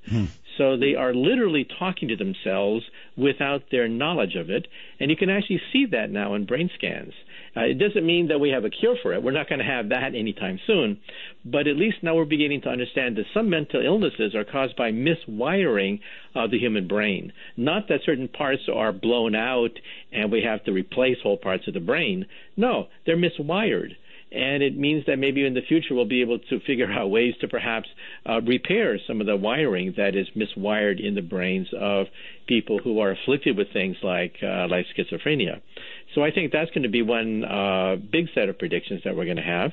Another set of predictions is that, well, we're not going to have mechanical men and women like in the movies, but we will have artificial intelligence as software distributed throughout the environment, so that chips will cost about a penny. So when you want to talk to the doctor, you simply talk to the wall. RoboDoc appears in the wall. RoboDoc is artificially intelligent, accesses the entire internet for medical advice, gives you sound medical advice almost for free. RoboLawyer will be in your wristwatch. You'll simply talk to your wristwatch and get superb legal advice almost for free. Robo-engineer will take care of problems in your house, your plumbing. This does not mean that these workers are going to be put out of business. We're still going to have lawyers and doctors and engineers in the future. But the day-to-day work, the drudgery of medicine, the drudgery of the law, will be taken care of using artificial intelligence. These are called expert systems. IBM and others are pioneering these expert systems. That's where artificial intelligence is going to impact on our life, rather than having mechanical maids and mechanical butlers. We're not going to have them anytime soon. Okay, but there is this concern about artificial intelligence possibly getting out of control quite quickly. And even you said a little while ago that once you get to the stage, I think you said, of monkey, you're going to want some serious controls. That's right. Monkeys are self-aware, and they have their own agenda. And at that point, perhaps late in this century, I don't know when, I don't have a crystal ball, but perhaps late in this century, we will have robots as smart as monkeys that can have their own agenda and their own sense of self-awareness. At that point, they could be potentially dangerous, because they're going to be stronger than us, faster than us, And, we should put fail-safe systems in them to shut them off if they have murderous thoughts or they get out of control. It should be very easy for us to give a verbal command to stop any artificially intelligent entity if it starts to have self-awareness. Now, in my book, The Future of the Mind, I even give a definition of self-awareness. I give a definition of consciousness, and I even rank levels of consciousness, and robots at the present time are at the lowest level of consciousness. The lowest level of consciousness, by the way, is that of alligators and crocodiles. They understand space very well. That's the reptilian brain in the back of your head. The back of your head governs balance, territoriality. That's the reptilian brain. Then, as the brain evolved in the forward direction, the center of the brain is the monkey brain, the brain of emotions, the brain of social hierarchy, manners, deference, the brain of social organisms. That's the center part of the brain. That's the consciousness of social hierarchy. We are separate from the animals for one reason. We do have the reptilian brain that governs position in space. We do have the monkey brain at the center of the brain, the limbic system, that governs social hierarchies. But we also have the prefrontal cortex, and that governs time. That's where we differ from animals. Let's do an experiment. Take your dog or cat tonight and teach it the concept of tomorrow. Right. You'll find you cannot. No. Animals live in the present. They do not live in the future. We live in the future. We constantly scheme and plan and schedule. We're constantly thinking about the future, retirement, and saving up money. Animals don't do any of that. When they hibernate, it's all instinct when they hibernate. So that's why we have a prefrontal cortex. That runs simulations into the future. Now, how smart are robots compared to the three scales that I gave you? Type 1 would be that of an alligator. Type 2 would be that of a wolf or a mouse. Type 3 would be us. We have time. It turns out that robots of today are stuck at type 1 level. They barely understand their position in space. They have no conception of manners, no conception of social hierarchies, and they certainly do not run simulations into the future and plan for college and plan for saving money. Robots don't do any of that. They're lucky just to get out of the cubbyhole and walk across the room. So they're stuck at level 1, that is the level of a crocodile. So they have a long ways to go before they have our ability, which is the ability to simulate the future. That's the hallmark, I think, of intelligence. When you talk about IQ, for example, I don't think that IQs predict success in life. There are many people with high IQs that wind up as very marginal people. Oh, yes. However, people that have delayed gratification, plan for the future, constantly run simulations of the future, plan, scheme, these are the people who are successful. Right? They don't take shortcuts. They take the long point of view, and that's what I call level 3 consciousness, the consciousness of time, rather than the consciousness of space, like alligators, and the consciousness of social hierarchies, like monkeys. So, can you shorten it? You mentioned you define consciousness in your book as right. What? I define consciousness as creating a model of yourself in space, with regards to others in society and time. That is my definition of consciousness. And I can even make a scale and numerically assign a number to levels of consciousness. So a numerical ranking is based on the numbers of simulations that you can run. Alligators run many simulations in space. That's how they're able to eat and trap a victim.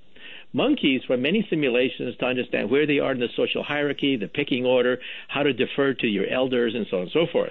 I think that human intelligence is not IQ at all. I think human intelligence is the complexity of our simulations into the future. That even safecrackers and robbers are intelligent because they know how to plan a bank robbery much better than the police. So IQ is useless if you're going to become a bank robber as your career path. But simulating the future, able to look at all sorts of contingencies and what could go wrong and planning and contingencies, that's a hallmark of a master criminal. And that, to me, is the hallmark of intelligence. And you talked about Einstein's brain. I was recently on the History Channel documentary on Einstein's brain this month. And we see actually nothing that abnormal with Einstein's brain. Einstein's brain was actually slightly smaller than normal, but it was thicker in an area where there is like mental concentration. For example, mathematicians and musicians have certain areas of the brain that are thickened because they use abstract thought so much. But what is abstract thought used for? It's for planning the future. And so to me, that's where Einstein's intelligence came in. He was able to see the future of physics, to run simulations of equations so that he could then throw out some equations as being incorrect and see that certain equations panned out correctly. Constantly scheming and thinking. That, to me, is a hallmark of intelligence, not IQ, which basically measures clerical skills. You become a good trivia pursuit person if you have a high IQ, because you can memorize trivial pieces of useless information.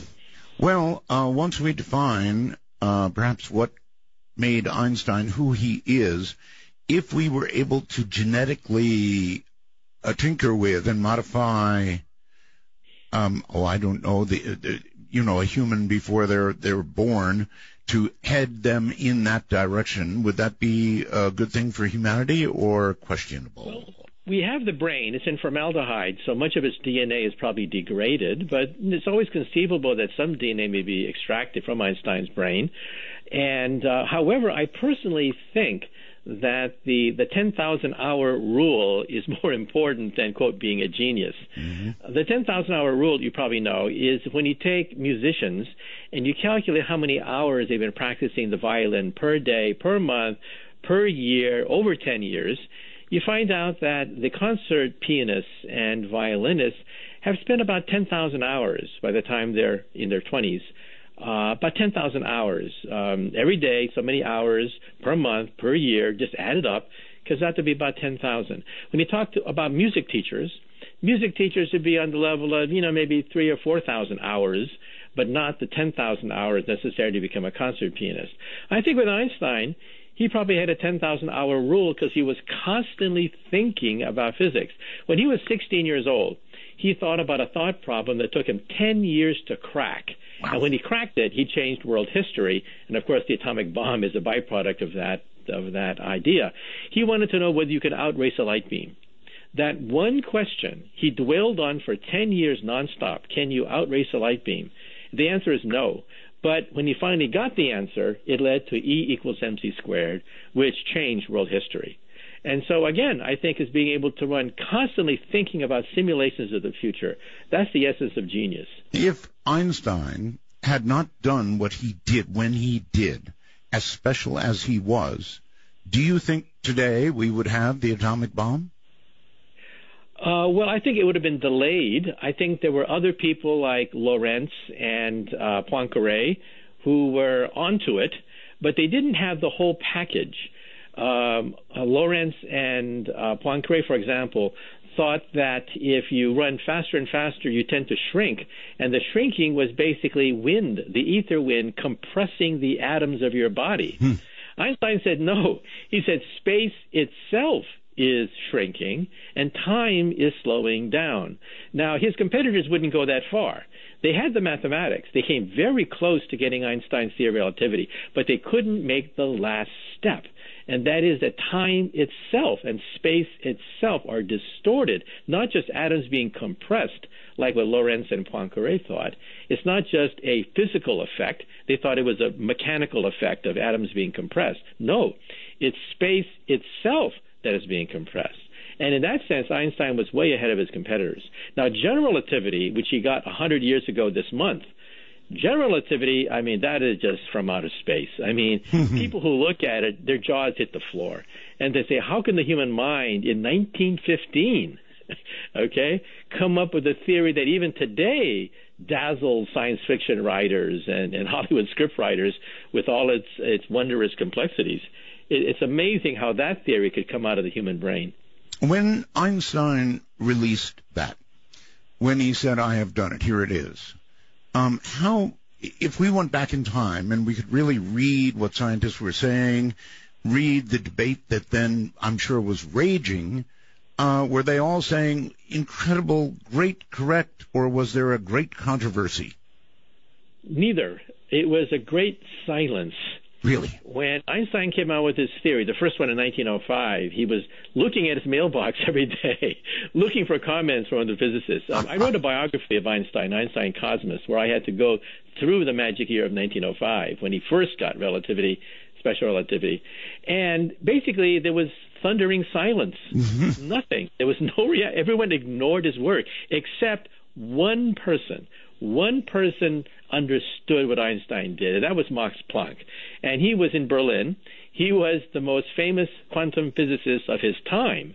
And he was the one who said, look, this guy is on to something, okay? And then the whole thing broke open. Because all of a sudden, Einstein had a champion, someone who was willing to promote his work in scientific conferences, right?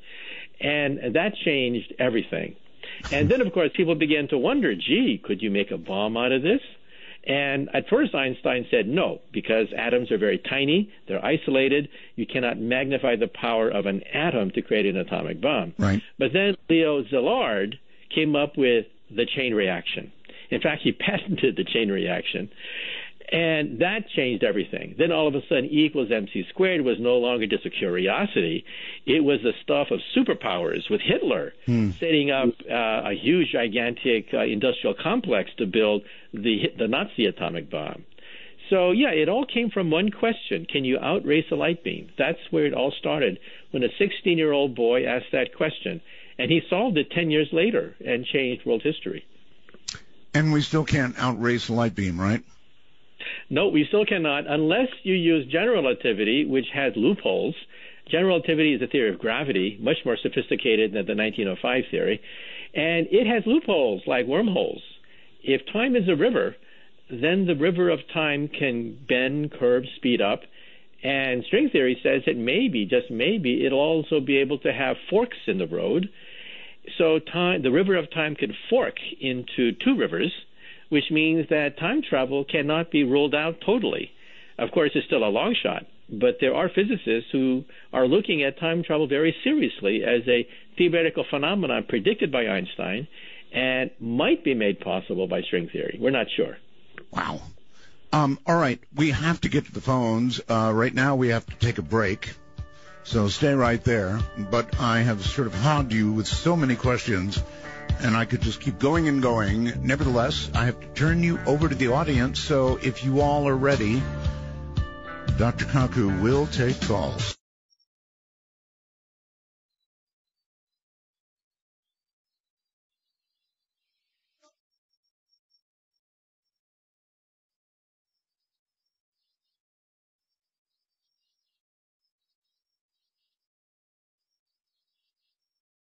Professor, recently I have seen news that NASA is examining what appears to be an EM engine, a drive, and they believe that it works. Have you heard about it? Yes, it's basically an ion engine in plasma form, or a plasma ion engine. And engines of this type on a more primitive scale have been looked at for decades. It's an ion engine similar to the inside of your old TV set. There's an electron gun in these old vacuum tube TV sets, and it shoots out a beam of electrons. Now, that's not like the exhaust that comes out of the Saturn booster rocket. Right. That exhaust, of course, is thrilling and sets your heart aflutter. However, the ion engine can be turned on for years, while the Saturn rocket can only be turned on for a few minutes. So in a race between the tortoise and the hare being the Saturn rocket that has this burst of energy for 5 minutes, versus the ion engine that is slow and steady like a tortoise for years at a time, the tortoise eventually wins. Now, the latest variation is the plasma engine, where you get a very steady stream of electrons and protons, much greater than previously thought. And so that has more of a thrust than the old ion engines. And eventually we hope that they'll take us to Mars. I think that in the future, when we have interplanetary long-haul missions that are standard, that there'll be ion engines, that time is not the most important thing. If it arrives there a year late, it's not so important. So for those things that are not time urgent, we'll have ion engines take us between the planets. But, there is this problem. Going to Mars takes about a year with a standard chemical rocket. And in a year, a lot could happen. You could have accidents. The astronauts will lose a tremendous amount of calcium and other vital minerals. And people might go crazy, cramped up in this tiny little capsule for a year at a time. And weightlessness and micrometeorites, radiation, you name it. There's all these problems out there. And so I think that's why NASA is seriously looking at a new generation of ion engines that generate more thrust in the form of a plasma. A plasma, for example, is what the sun is made out of. It's ionized hot gas, and using that to go to Mars. But at the present time, we're still wedded to chemical rockets. Right now, the NASA is looking at a heavy booster, and we'll test a heavy booster in a few years, in fact, and we'll marry it with the Orion space capsule, and that'll be the basic skeleton of the rocket that'll take us to Mars, perhaps in 20 years. 20 years is now the new time frame that NASA has set for itself. All right, one more quick question, then I promise I've got to go to the phones, and that is entanglement. I've been saving these up for you, Professor. We all sort of know, I think, what quantum entanglement means, flip-flop, and once together and, joined, then separated, they will continue to operate as one. Recently, in a science article, I have seen something about quantum twisting. Now, that's very interesting. It's a sort of an in-between thing that would suggest, scientists think, that with quantum twisting, you might be able to engineer some sort of communication or quantum communication. Have you heard about this? No, but you see, originally Einstein wanted to disprove quantum mechanics by creating what is called the EPR experiment, the Einstein-Podolsky-Rosen experiment. You have Siamese twins, two electrons that vibrate simultaneously, they're touching each other, like two Siamese twins. Then you separate the two Siamese twins, you separate the two electrons, and the two electrons can communicate with each other. Now, Einstein thought this was stupid because the communication takes place instantly, faster than the speed of light. Therefore, Einstein used this idea to disprove the quantum theory, okay? Well, we've done the experiment, and it turns out that Einstein was wrong. We've done the experiment. It turns out that a communication is possible, but it's a very special type of communication between the Siamese twins that have been separated. It turns out that signals between these two are random, and Einstein, in some sense, has the last laugh. Einstein was wrong when he said that nothing can go faster than the speed of light. Quantum entanglement goes faster than the speed of light. So you jiggle one Siamese twin, and the other one instantly is somehow aware of that presence. However, you cannot send usable information like Morse code that way, okay? If you know that one twin, for example, is spinning up, the other twin is spinning down. You know that faster than the speed of light, but that's useless information. And so it turns out that Einstein was wrong in the question of can information travel faster than light. The answer is it can. But is it usable information like Morse code? Can you send a cookbook? Can you send a Britannica? Can you send usable information this way? And the answer is no.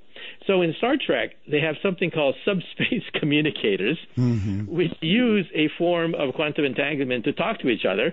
Because how can you talk to a Starfleet if Starfleet is, 10 light years away? How do you talk to them? Well, quantum entanglement. But there's a catch. And the catch is that you cannot send usable information using the EPR experiment. Sorry about that. Einstein has the last laugh here. All right. To the phones we go. Actually, Skype. Roxanne, hello. Hi, Art. Hi. It's a real pleasure to be talking with Dr. Kaku. I have a question. It's very interesting. It's about DNA.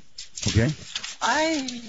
I've had a theory for quite a few years. Oh, and by the way, I'm with the group Art Bell Time Travelers. Okay. And we're having a discussion right now about all this, and it's really interesting, and it's fun on Facebook. But the thing I wanted to discuss was, I'm so nervous, I'm sorry. DNA, I think, has memory, not only to make our bodies, but I think it holds the memory of every human being's life and experiences and everything. And I think that through hypnosis, there's a type of a key that can unblock a veil, say, very small one, where people can experience their past lives and such. And I was just wondering, Dr. Kaku, if you thought that maybe nanotechnology has more nanotechnology than we realize, and I don't know how to explain it because I'm not a scientist, but I was wondering if that is a possibility to hold all that memory in those strands of DNA that we know nothing about, that we don't have a clue what they're for. Okay, well, that is a good question about our DNA, whether it actually holds memory. That's what she's asking. Well, you can calculate how many combinations are possible with DNA. DNA has 3 billion base pairs, and there are 4 nucleic acids per base pair. So you can calculate mathematically how much information you can store on DNA. But then if you take a look at memory, there's 100 billion neurons in the human brain, and each neuron is connected to 10,000 other neurons. So you can even calculate how much brain power is required to store a memory, for example, and it's humongous. So there's simply not enough room in the DNA. However, there's a lot of junk DNA which seems to have no purpose. And only a small fraction of the DNA is actually used to create proteins and create the proteins of our body. And so people have wondered, well, what is the junk DNA for? It must have some purpose. Well, as the years go by, we begin to find more and more purposes for the junk DNA. And some people have even claimed that they can put codes in the DNA. In fact, there are reputable scientists who can actually put their name, type their name on the DNA.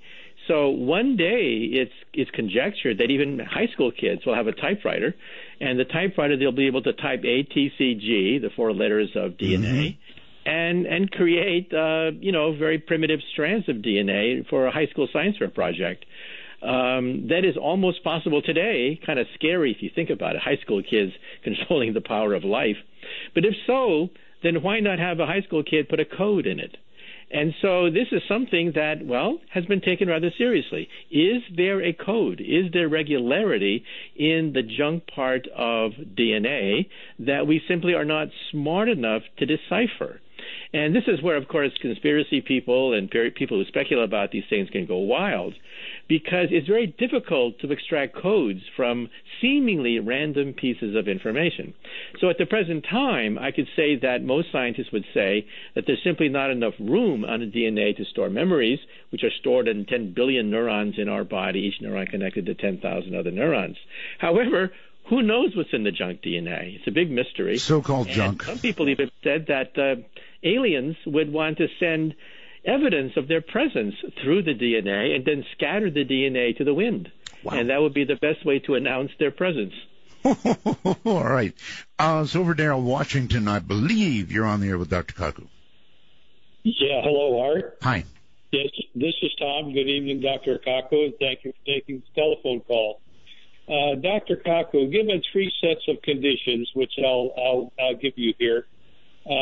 One is 0-point energy, free energy, unlimited. The second is quantum computing, and the military-industrial complex. What do you think the outcome will be? Well, first of all, Moore's Law, which is the foundation of our modern industrial complex, which says the computer power doubles every 18 months, is now slowing down. So we're used to every Christmas having computers about twice as powerful as the previous Christmas. That'll keep on going for maybe another 10, 15 years. But we can see the end now. And therefore, we are going to enter the post-silicon era. And if we don't negotiate it correctly, Silicon Valley could become a rust belt, just like, parts of the steel belt in Pennsylvania today is part of the rust belt. Now, therefore, we physicists are desperately looking at the next generation beyond silicon. We're looking at quantum computers, quantum dot computers, optical computers, DNA computers, molecular computers. You name it, we're looking at it. But none of them are ready for prime time. Now, what's wrong with quantum computers? First of all, they exist. But it's very difficult to compute on individual atoms. Your laptop in front of you, your cell phone, computes on clusters of silicon molecules, large clusters of silicon molecules. They make up a transistor. But to compute on individual atoms means that the tiniest vibration, somebody sneezing a mile away, could in principle ruin the coherence that exists in electrons that are vibrating in unison. Just like an army troop. You want the army troop to all march in unison. That's a quantum computer. However, the slightest vibration on these atoms can dislodge one atom so that you get nonsense and the whole thing falls apart. Now, the world's record for a quantum computer calculation, the world's record is 3 times 5 is 15. Now, kids can do that. But here's a homework problem. Take 5 atoms and tonight compute 3 times 5 is 15 on 5 atoms. And then you begin to realize, oh my God, this is a hard problem. This is a really hard problem. Now, as you pointed out, the CIA is very much interested in this, because if you had a quantum computer, you could break any code in the world. You can break any encrypted code in the world if you had a quantum computer. The catch is we don't have them, except on a very primitive level. You need to have perhaps millions of atoms vibrating just like an army troop in unison to have this work. At the present time, we can only do it with about 5 atoms. But it's probably coming. All right, Manoj, outside the country somewhere, where are you? Hello, Ardo. Hello. Where are you calling from, sir? Delhi, India. Delhi, India. Okay. Yep, great show. I think you're my first caller from India, so that's great. Go ahead and ask a question if you have one. My question is just for Michio Kaku. I heard this thing on Discovery Channel that the reason gravity is so slow is because most of it is drains down into some other dimension. How correct is that? Well, we think that gravity travels at the speed of light. If you were to vibrate the sun, for example, blow up the sun, the shock wave from the explosion, not just the light shock wave, but the gravity shock wave, would take about 8 minutes to hit the Earth. We wouldn't even know that the sun has disappeared for 8 minutes, because that's the time that it takes for gravity. However, you mentioned the latest theories of gravity, and we think that in the multiverse of universes, that is, if our universe is a bubble, and the bubble's expanding, that's called the Big Bang Theory, then there are other bubbles out there predicted by string theory, and that gravity can go between these bubbles. And therefore, communication between parallel universes might be possible, because gravity works not just on our bubble, but works between bubbles. Now, we're stuck on our universe. We're stuck on our bubble. It's been expanding for 13.8 billion years. That's the Big Bang Theory. But, you know, string theory says there could be other bubbles out there, and gravity can travel between these bubbles. Now, think about it for a moment. If there's another bubble next to our universe and there is a galaxy there, it would be invisible to us because light does not go between bubbles. But we feel its gravity. That, we think, could be dark matter. Dark matter could be a higher vibration of the string, or it could be gravity from another dimension. That if there is another gravity hovering above us, then we could feel its gravity. That's the basis of the novel The Invisible Man by H.G. Wells. The Invisible Man became invisible by hovering above us in the 4th dimension. He's invisible because light passes beneath him, but he can see us. And so we do think this new theory of gravity is that gravity does go between universes, in which case maybe, just maybe, we'll be able to measure the presence of another universe. And some people think we already have. Some people think that dark matter could be gravity from another dimension. All right. Magus, where are you calling from, please? Good evening. I'm calling from Romania. Romania. Okay. You have a question? I believe it was my first question when I first called on your new show. When will Dr. Kaku be on?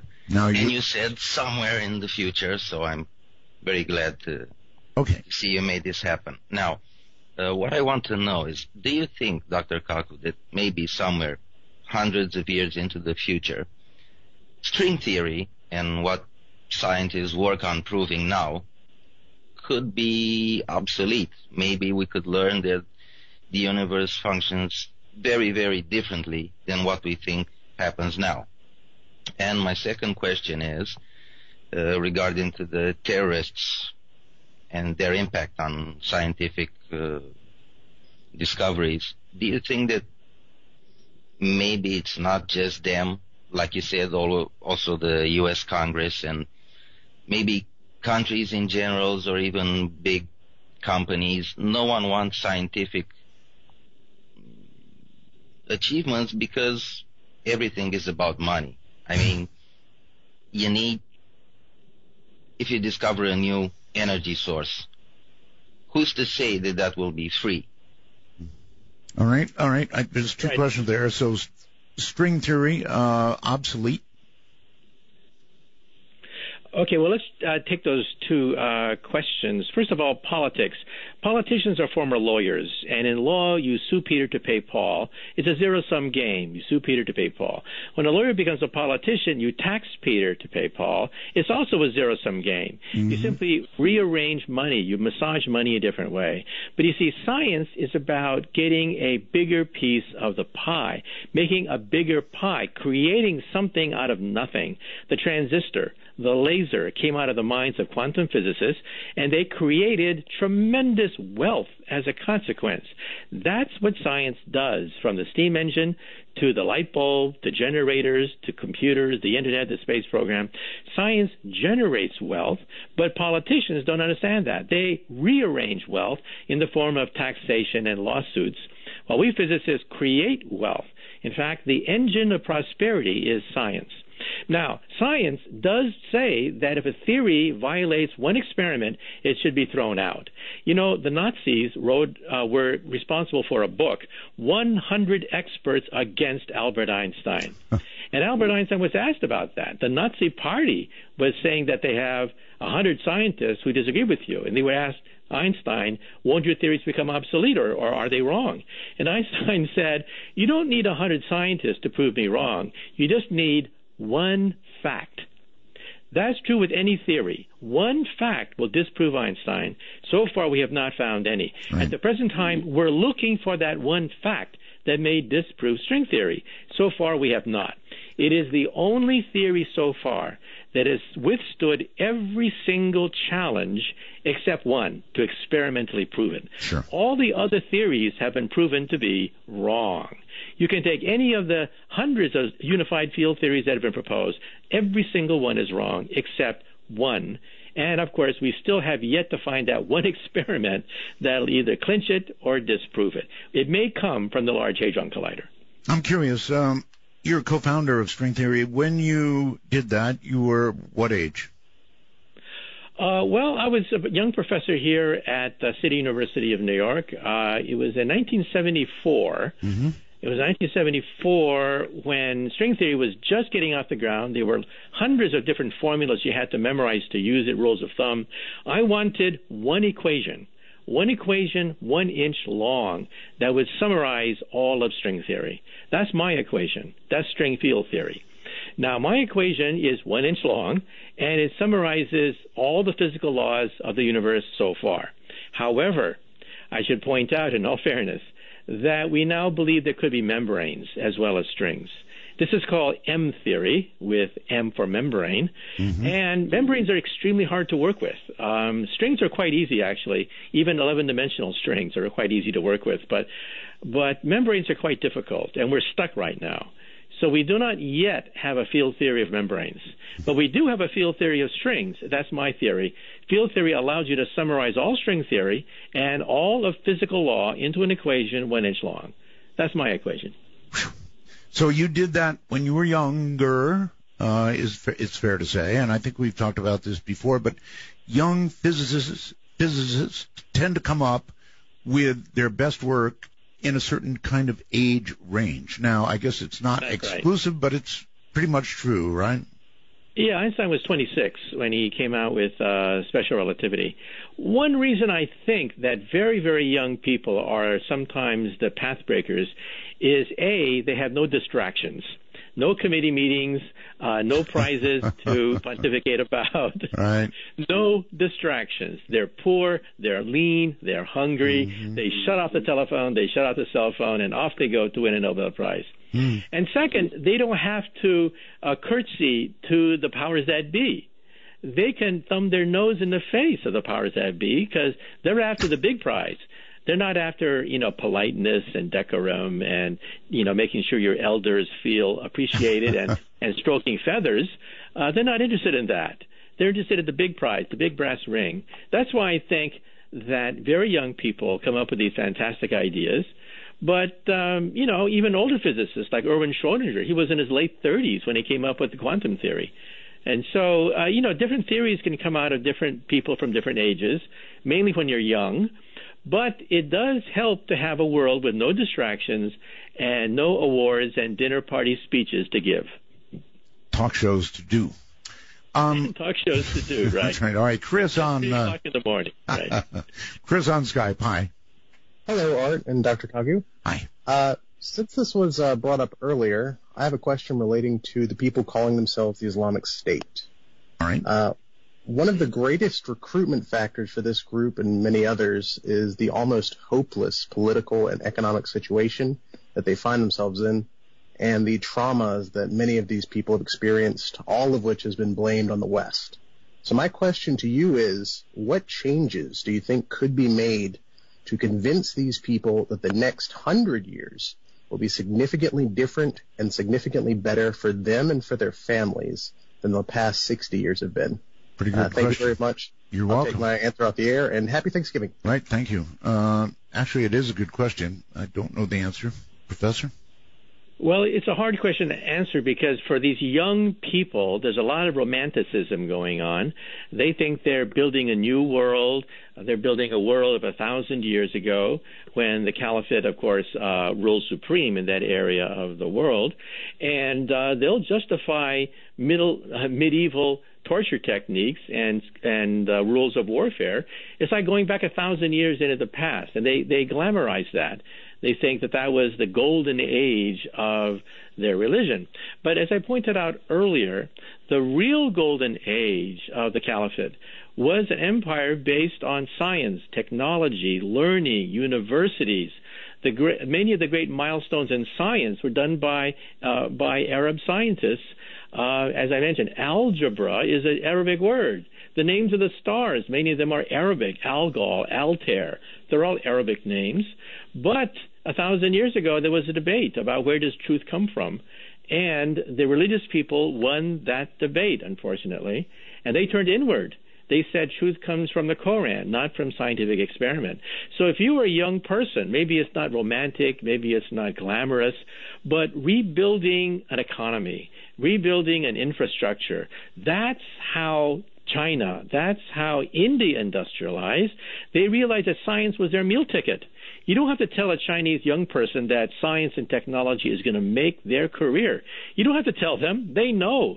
They'll say to you, you stupid or something? You don't know that engineering and science will create a new world? But unfortunately, these young romanticized Muslims go back 1,000 years. They romanticize that period of time, but they missed the point, and that the Islamic Empire was based not just on savagery, but it was also based on learning, know-how, engineering, economics. It was a prosperous empire.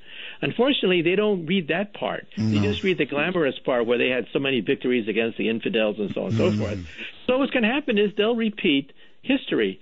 And that is, they will, if they create any state at all, it'll be a state of decay, of internal divisions, no prosperity, no better life, just misery and persecution is what empire they're going to be building. On the phone, let's go to you. You're on the air with Dr. Kaku. Hi. Hello? Going once, Hello? Twice, gone. Let's go to the first-time caller line. You're on the air. Hi there. Hi. Hi, Art. Hi, Doctor. Hi. The situation, we talked briefly for just a few moments about Fukushima. Yes.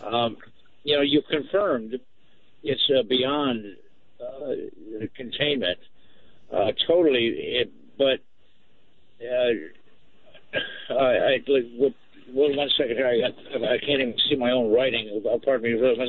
But any reasonable control, and as such, if it remains so, it will change the world as we know it, especially here on the Pacific Coast. I'm asking you, Doctor, why not use your position to be the man who actually stands up to create the awareness in action that may give us a chance of survival. Well, you see, there are no easy solutions to this problem because it's, unfortunately, a gigantic science experiment. We've never done this before in the history of nuclear energy. We've never been faced with 3 simultaneous liquefied nuclear power plants. Now, at 3 Mile Island, the container held, even though inside the container, they tell me it was like granola. All the fuel rods were corroded, melted, collapsed on itself, but it did not melt through the cylinder. It did not melt through the containment structure. Now, at Chernobyl, it blew up. It literally exploded, and a good chunk of the core went into the atmosphere, but it dissipated. And so they were able to put out the fires at Chernobyl. At Fukushima, you have the worst of all worlds. The core went right through the containment structure, melted through carbon steel, and then plunged onto the floor of the reactor where you have a large swimming pool. That's where the liquefied fuel is today. It is still ongoing. It's still quite radioactive. And however, we don't know what to do with it. We can't even send submarines down there, tiny little miniature subs, to photograph it. We don't know what the physical configuration looks like of the melted core. So you say, well, why can't critics of the industry do something? Well, we don't know either. All right. Because robots can't fix it. We're at a point where we're making it up as we go along. All right, Professor. So am I, and we'll be right back.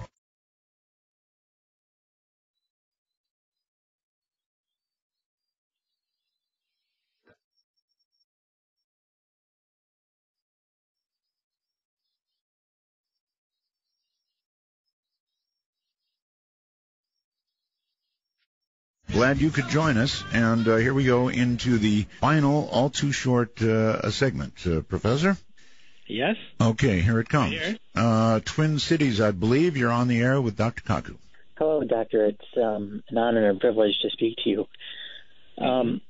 Regarding quantum entanglement, I'm not sure if this can be explained succinctly for layman's ears, such as my own, but I was wondering how exactly particles become entangled, and is it something that we can do manually? Well, you can do it manually if you have an MRI machine. It turns out that quantum computers do exist. They're not science fiction. An MRI machine can be modified to create a quantum computer. Now, to create the entanglement, like Siamese twins, you have to have 2 electrons that are very close and vibrate together. Everything vibrates. Everything is a wave that is described by the quantum theory. And so when 2 electrons are very, very close to each other, you can manually put them close together such that they vibrate in unison.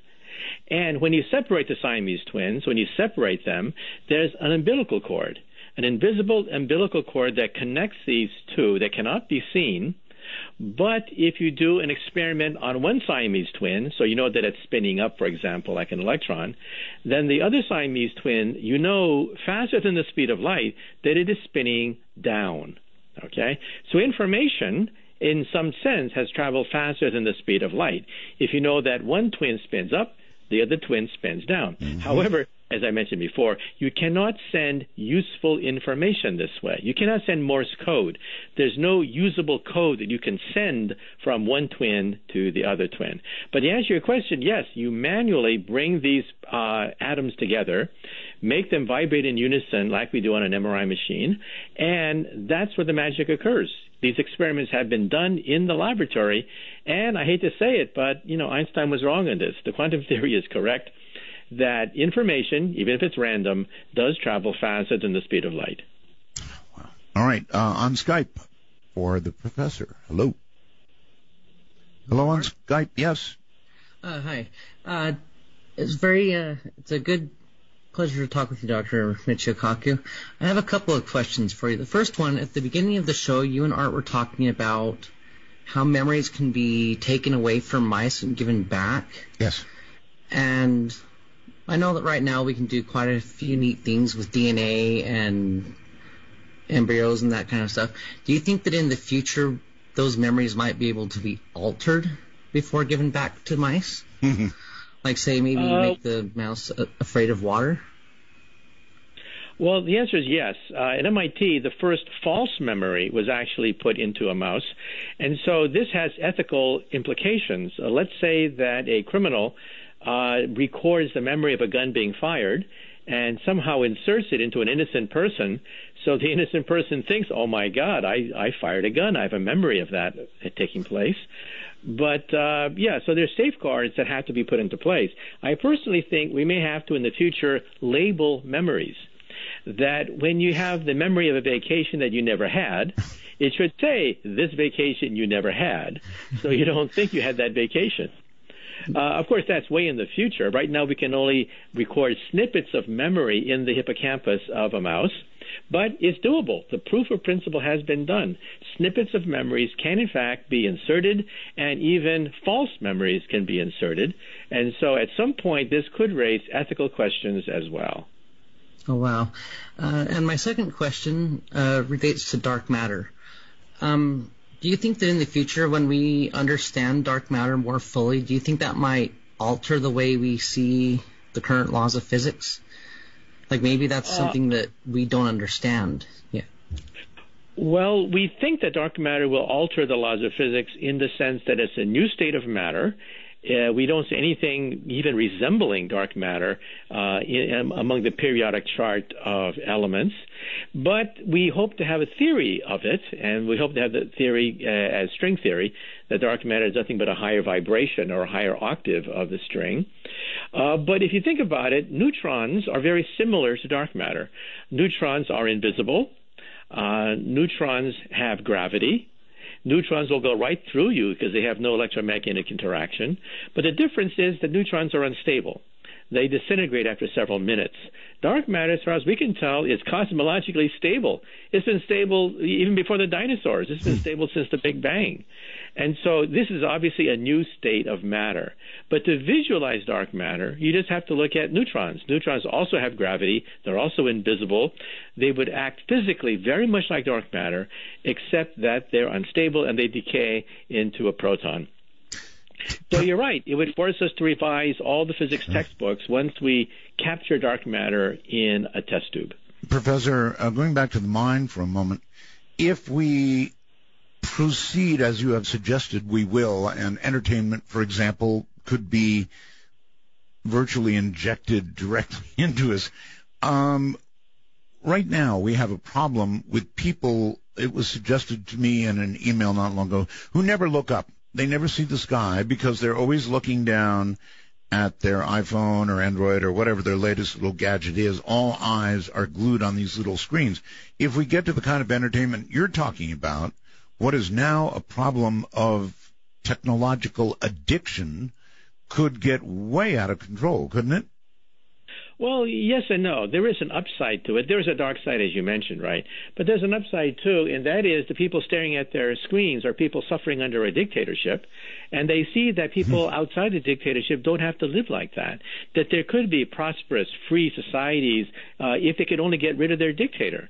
And that's why dictators are being thrown out the window. The term dictator for life is an anachronism. You're a dictator for a few months before your people demonstrate against you and kick you out. I think it's a good thing because that spreads democracies, and democracies do not war with other democracies. Write down every single word you had to memorize since you were in grade school. They've always been between kings, dictators, emperors, never between two major democracies. And so as the Internet spreads knowledge, as knowledge creates democracies, as people overthrow their dictators, then people will say, we don't need wars. Why should we have wars to glorify the dictator when we just kicked him out? And so I think people will then concentrate on having a better life, raising children, getting educated, rather than trying to engage in warfare all the time. And so I think that the spread of democracy, even though we are glued to our screens a lot, the spread of democracy is a good thing because the people who are most affected are dictators who are now an endangered species, and that means we'll have less wars in the future. Okay. Let's go to the phone. You're on the air with the professor. Hello? Hi, thank you for calling thank you for taking my call. Sure. I've called a couple times in the past about this. I just have two brief questions and then one comment. My first question is if Professor, if you're familiar with simulation theory and if you have any thoughts particularly about that. Well, simulation theory is a huge area. Specifically, what kind of simulation are you talking about? I guess the idea that our universe could possibly be the creation of some other entity similar to The Sims or something like that. And I think, obviously, it's a bit beyond me, but broad evidence would be quasar alignment on large filaments in our universe, or the kind of way that physics seems to break down on the massive scale in that sense, or in the incredibly, small scale when you get down to like Planck length. And okay, I understand. Like that. What you're saying is that somewhere God has a cosmic laptop, he pushes the play button, and boom, there you are asking the question on the Art Bell Show. So that Correct. The universe itself is nothing but somebody hitting the play button on a laptop, and the laptop then proceeds according to the laws of physics and so on and so forth. Well, there's some problems with that in the sense that in quantum mechanics, there's a probability that the universe will split and go a different direction, so that you, instead of going to college, decide to pump gas at a gas station.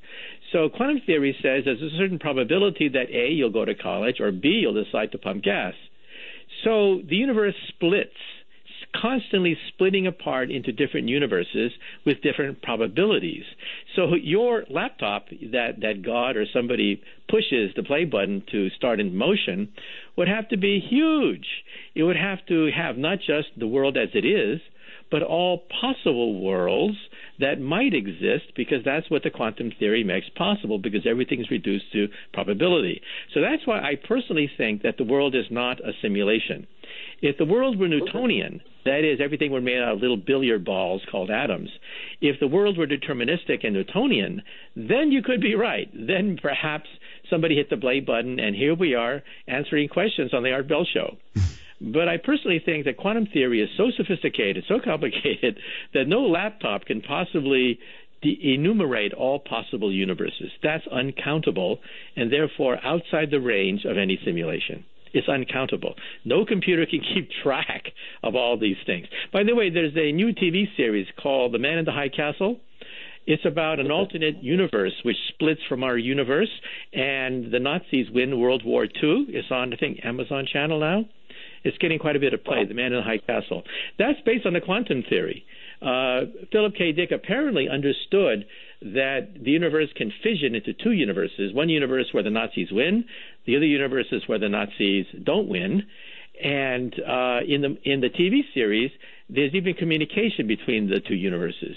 And so that quantum principle that I just mentioned of the multiverse is now a TV series. All right. All right. Caller, thank you. We're so short on time. I'm not going to be able to get to another question. Professor, practical question for you. Do you think we'll ever be able to upload new skills to a person? Well, I think muscle memory may be difficult because muscle memory is encoded not just in the cerebral cortex. However, the hippocampus, which is the gateway to memory, located at dead center inside your skull, the hippocampus, you can in fact record signals that go ricocheting across the hippocampus. You can record them like a tape recorder. And when you play them back into the hippocampus months later, you remember. So this is how memories have been recorded. Now, it doesn't mean that you'll become a champion football player, because there are some memories stored in the spinal cord and who knows where else. But as far as the hippocampus is concerned, there is a distinct possibility we'll be able to record whole sequences of memories, like your memory of your taking a vacation, and then storing it like you store a CD-ROM, and then at some point in the future, play it back. And have the vacation that you never had. So this is a distinct possibility. Not possible today. Today we can only record snippets of memory. But something like the Matrix, you cannot rule it out. Okay. On the phone, you're on the air with Professor Kaku. Hi. Hi, good evening, gentlemen. This is Miranda calling from Oregon. Hey there. Hi. My question for Dr. Kaku, I listened to a few, audio things with him on it, and I'm wondering, does he have any personal theories or insights with his scientific knowledge regarding paranormal activity, like is it linked to entanglement or string theory, or us vibrating on certain waves that are, could there be a connection with that, or do you have any personal opinions regarding that? Well, he just validated lucid dreaming a little while ago. That's quite a step for science. Anything else, Professor? Right. Well, when you take a look at not just paranormal but science fiction, when you have telepathy, you have telekinesis, the ability to move objects with your mind, we're beginning to have these capabilities today. You don't have to go to a psychic. We'll have them in the laboratory because we can now connect the brain to a computer, and the computer in turn can transmit our signals. And so you can even have two people communicate with each other mentally over the Internet. This is possible today. And the military is even funding a lot of this research because we have so many wounded warriors from Iraq and Afghanistan with injured spinal cords. So when it comes to things like psychics doing telepathy and telekinesis, these two things are definitely possible. And at a certain level, we can do some of these things even today. Photographing dreams, we'll be able to do that very soon. The first dreams, they're very primitive. I saw a copy of them. Were very primitive, but the very fact that we can even talk about recording dreams is phenomenal. And this is all being done at Berkeley, at the University of California. So these things are possible today. And when you go to science fiction, you even have Star Trek with teleporters and warp drive, time travel. This is where string theory comes in, because Einstein's equations allow for time travel. They allow for wormholes and higher dimensional travel. That's within the province of Einstein's theory. But you don't know how stable they are. You don't know whether quantum corrections will close the time machine. You don't know whether the time machine will blow up or not. For that, you need a quantum theory. And that's where string theory comes in. You can actually calculate quantum corrections to a time machine and therefore determine whether it's stable or not. So it's still a matter of debate. But the very fact that we can even talk about this is remarkable. So, 20 years ago, most people would have said, nah, come on, give me a break. The psychics, the paranormal, that's one thing, and physics is another. Now we're realizing that in the physics laboratory, we can actually duplicate telepathy, telekinesis, record memories as a byproduct of physics instruments. And in the future, who knows, perhaps even warp drive in time machines. They are being looked at by professional physicists at the present time. Okay. Interesting. I was thinking more along like ghosts, or when you get recorded sounds from people saying things. Like this kind of correlates to frequencies and waves. Does Dr. Kaku think that these messages could be tracked from dead people? Well, people do ask the question, if there are parallel universes, is Elvis Presley still alive in a parallel universe? Well, actually, you can't rule it out because it could have been a quantum transition between, A, him taking a pill and him deciding not to take a pill, which killed him. And these vibrations inside his brain of taking that pill are electrical, and these electrical transmission in turn are subject to quantum mechanics. Now, does that mean you can communicate with dead people? Quantum theory says that dead people in some sense do survive in another quantum universe. You could be dead in one universe and alive in another. This is the famous cat problem of Erwin Schrödinger, the founder of the quantum theory, Sure. That you could have two universes, one with a dead cat, one with a live cat. So in principle, dead people could still be alive in another universe. The question is, can you go between universes? That is the killer question. You would have to be coherent with the other universe. We have decohered from these other universes. So at one point, we were vibrating in unison with Elvis Presley, but now he's vibrating at a different frequency. And it's very difficult, extremely difficult to reestablish those frequencies. So to answer your question, is Elvis Presley still alive? Yeah, perhaps in another universe. But can you talk to him? So Elvis basically is on another frequency. That's right. All right. Doctor, it has been such a pleasure to have you on. It always is. What an interesting night. Well, I hope we can do it again sometime, but you're my guy. Okay. Well, it's been a real pleasure and a lot of fun being on your show once again. Thank you. And your show, by the way, when is it? Oh, yeah. My show goes on the weekends at different times. Go to my website, mkaku.org, mkaku.org, and it gives the times when you can listen to my show on the weekends. Excellent. And it's also a talk show. You can also give me a call and rant on about anything you want. Take care, Professor. Good night. Okay. Good night. All right. There you have it, Professor Michio Kaku. And like I said, what a guy. My guy. Had him for years and years and years. Professor Kaku and I go back a fair number of years. Now he's doing his own show. I'm Art Bell, and I wish you, across all the time zones out there, a good night.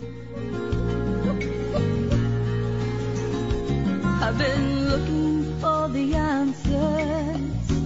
All my life I found you there.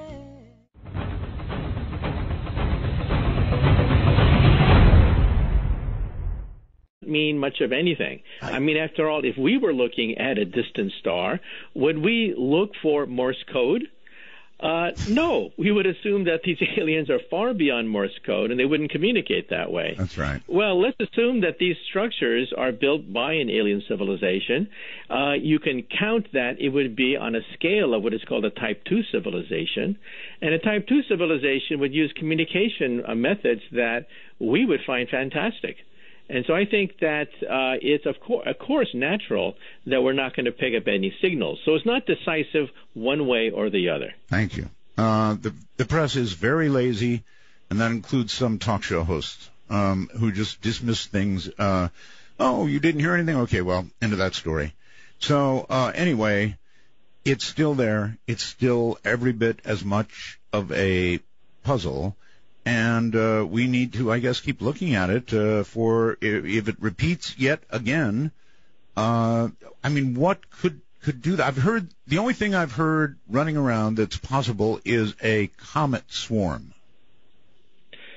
Yes, all the other logical, usual suspects have been ruled out. For example, a binary star system. If you have two stars going around each other, then it's conceivable one can dim the starlight of the other. But that doesn't fit the characteristics of this either. These apparently are non-periodic. We don't see a regular periodicity like we do with planets and things. And dropping a starlight by 22% is unprecedented. I mean, We've never seen anything like this before. So either the story is as big as the discovery of fire or the invention of the wheel, or it could be a wild goose chase. But either way, it's going to be a lot of fun. Well, I did ask Seth if, in its own way, this is as big as the wow signal was, and he went, oh, yes. So how long are we going to have to wait? Any thoughts on that before we get another opportunity to see the dimming? Well, the key word is reproducible. We scientists want to make sure that we have not just one event, but a few events to play with. Right. And that means that we're just going to have to sit tight and wait for the next dropping of starlight. And then at that point, we're going to train our spectroscopes at it. We're going to try to see whether we can see the fingerprint, the signature of gas, the signature of hydrogen. We're going to try to pick up radiation from the starlight to try to figure out if it fits any of the known signatures and fingerprints of cosmological astronomical objects. For example, dust clouds. It'd be very easy to roll out dust clouds or even comets by looking at the spectral lines of the next event. And so, yeah, we're going to be training our telescopes on the star, hoping that we're going to see another such event. We've seen two so far, so the chances of seeing another one within the next few years is pretty large. All right. For the audience who may not have heard you previously, you have a sort of a sliding scale of intelligent life and how it would develop, and you have put it into types of civilizations, right? Could you run through that for everybody very quickly? Yes. When we physicists look in outer space for intelligent life forms, we don't look for little green men. We look for energy signatures of Type 1, Type 2, Type 3 civilizations. A Type 1 civilization is planetary. They can manipulate all the energy that falls on their planet from their star, meaning that, for example, they would control the weather or modify the weather at will. Planetary phenomenon, volcanoes, earthquakes can be modified, sort of like Buck Rogers, that kind of technology. Then there's type 2, because they exhaust the power of a planet, and the next energy source is the mother star. And so they mine the star. They can create what are called Dyson spheres to surround the entire mother star. They can create a Death Star if they want, like the movie Star Wars.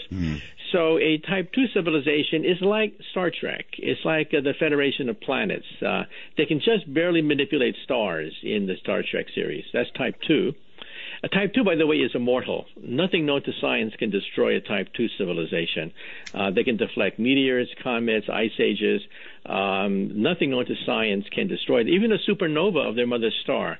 They would either leave the solar system or they would move their planet. Then there's Type 3, which is galactic. They roam the galactic space lanes like the Empire of the Empire Strikes Back series. And on a calculator, you can even calculate when we will attain these types. By the way, we on the scale, we do not manipulate the weather. We do not manipulate our sun, and we don't roam the galactic space lanes. We are a Type 0 civilization. Well, but we're about 100 years. I was going to ask, could we be possibly like a 0.5 or 6 or something? Well, if you do the calculation very carefully, we are actually at a 0.7. 0.7, oh. In fact, it was Carl Sagan who did the calculation. It's a very simple calculation. It's on an exponential scale. We know the energy output of the planet Earth. We know how much sunlight would hit the Earth in its entirety. And so you just divide, and bingo, you get 0.7. So we're very close to being Type 1. And in 100 years, the calculation shows that in 100 years we'll be Type 1. Because, what is the Internet? The Internet is a Type 1 telephone system. We're privileged to be alive to witness the birth of the first major Type 1 technologies, the Internet. That's what it is. And English will more than likely be the language of the Type 1 civilization. And we're seeing the beginning of a Type 1 economy with the NAFTA, the European Union, very large trade blocs. We're seeing the beginning of a Type 1 sports called the Olympics and soccer. We're seeing the beginning of a Type 1 music, youth culture, rock and roll. These are pretty much planetary kinds of things that are milestones that are happening. Are you sure that the world's...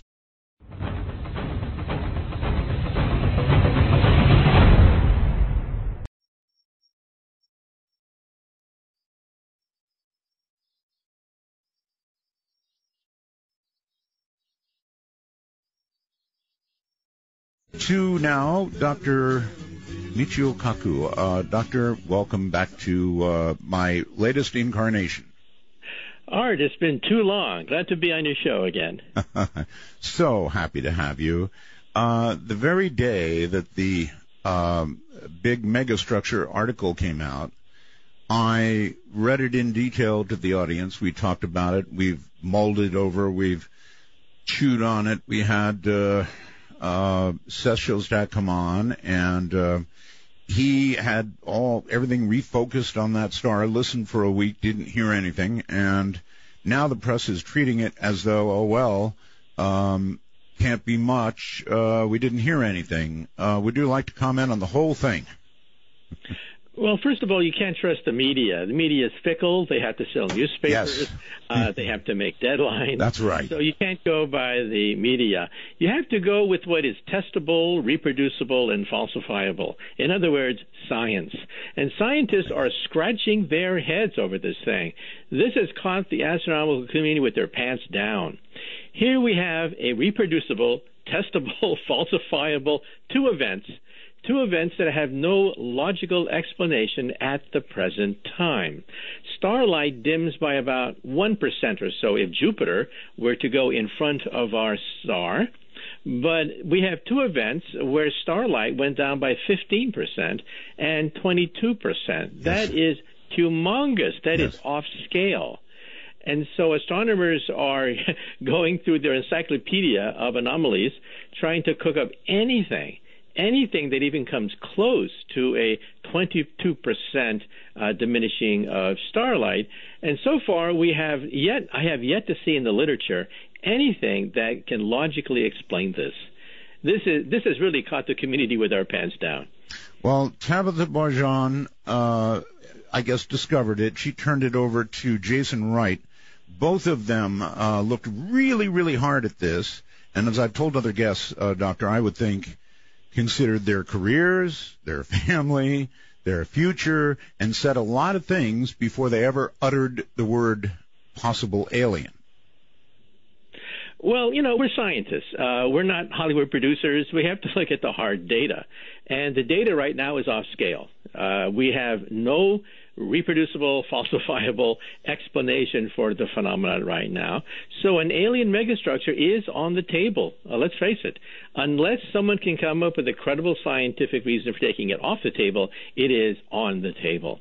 And the fact that we haven't picked up any radio signals from that star really does not... Sport might not be football as we know it? Well, football, soccer, whatever. Then there are some people who don't like this. Some people who in their gut cannot articulate this, but they don't want a scientific, multicultural, planetary civilization. They want to be not in the year 2200. They want to be in the year 1000 A.D. Mm-hmm. These are the terrorists. Terrorism is one of the birth pangs of a Type 1 civilization. And so naturally you're going to see forces that are against the formation of a truly enlightened, planetary, prosperous civilization. And these are the terrorists. They want to live in the year 1000 A.D. rather than in the year 2200 A.D. Mm-hmm. It's certainly pretty bad right now. And you can imagine, if you look at the ideology of ISIS, for example, right in the very center of their ideology, their flawed ideology, is Armageddon. They want to precipitate Armageddon. They actually want that. So, if they had some gray goo they could drop or a bomb they could set off, they wouldn't hesitate for 1 second to do so. We're talking about a philosophy that comes from the Middle Ages, technology and techniques that come from the Middle Ages, except they have 21st century access to weapons. And that's what makes them very dangerous. Well, Professor, do you think it's going to end up being a hiccup on the way to Type 1, or is it going to be something more than a hiccup, going to set us back? Well, let's hope that it's a hiccup. However, there was a very influential article written by the former Prime Minister of Malaysia, an Islamic country, a few years ago, and he lamented the fact that the Islamic world is sort of like repeating a debate they had 1,000 years ago, which led to the decline of the Islamic Empire, and that is the nature of truth. Where does truth come from?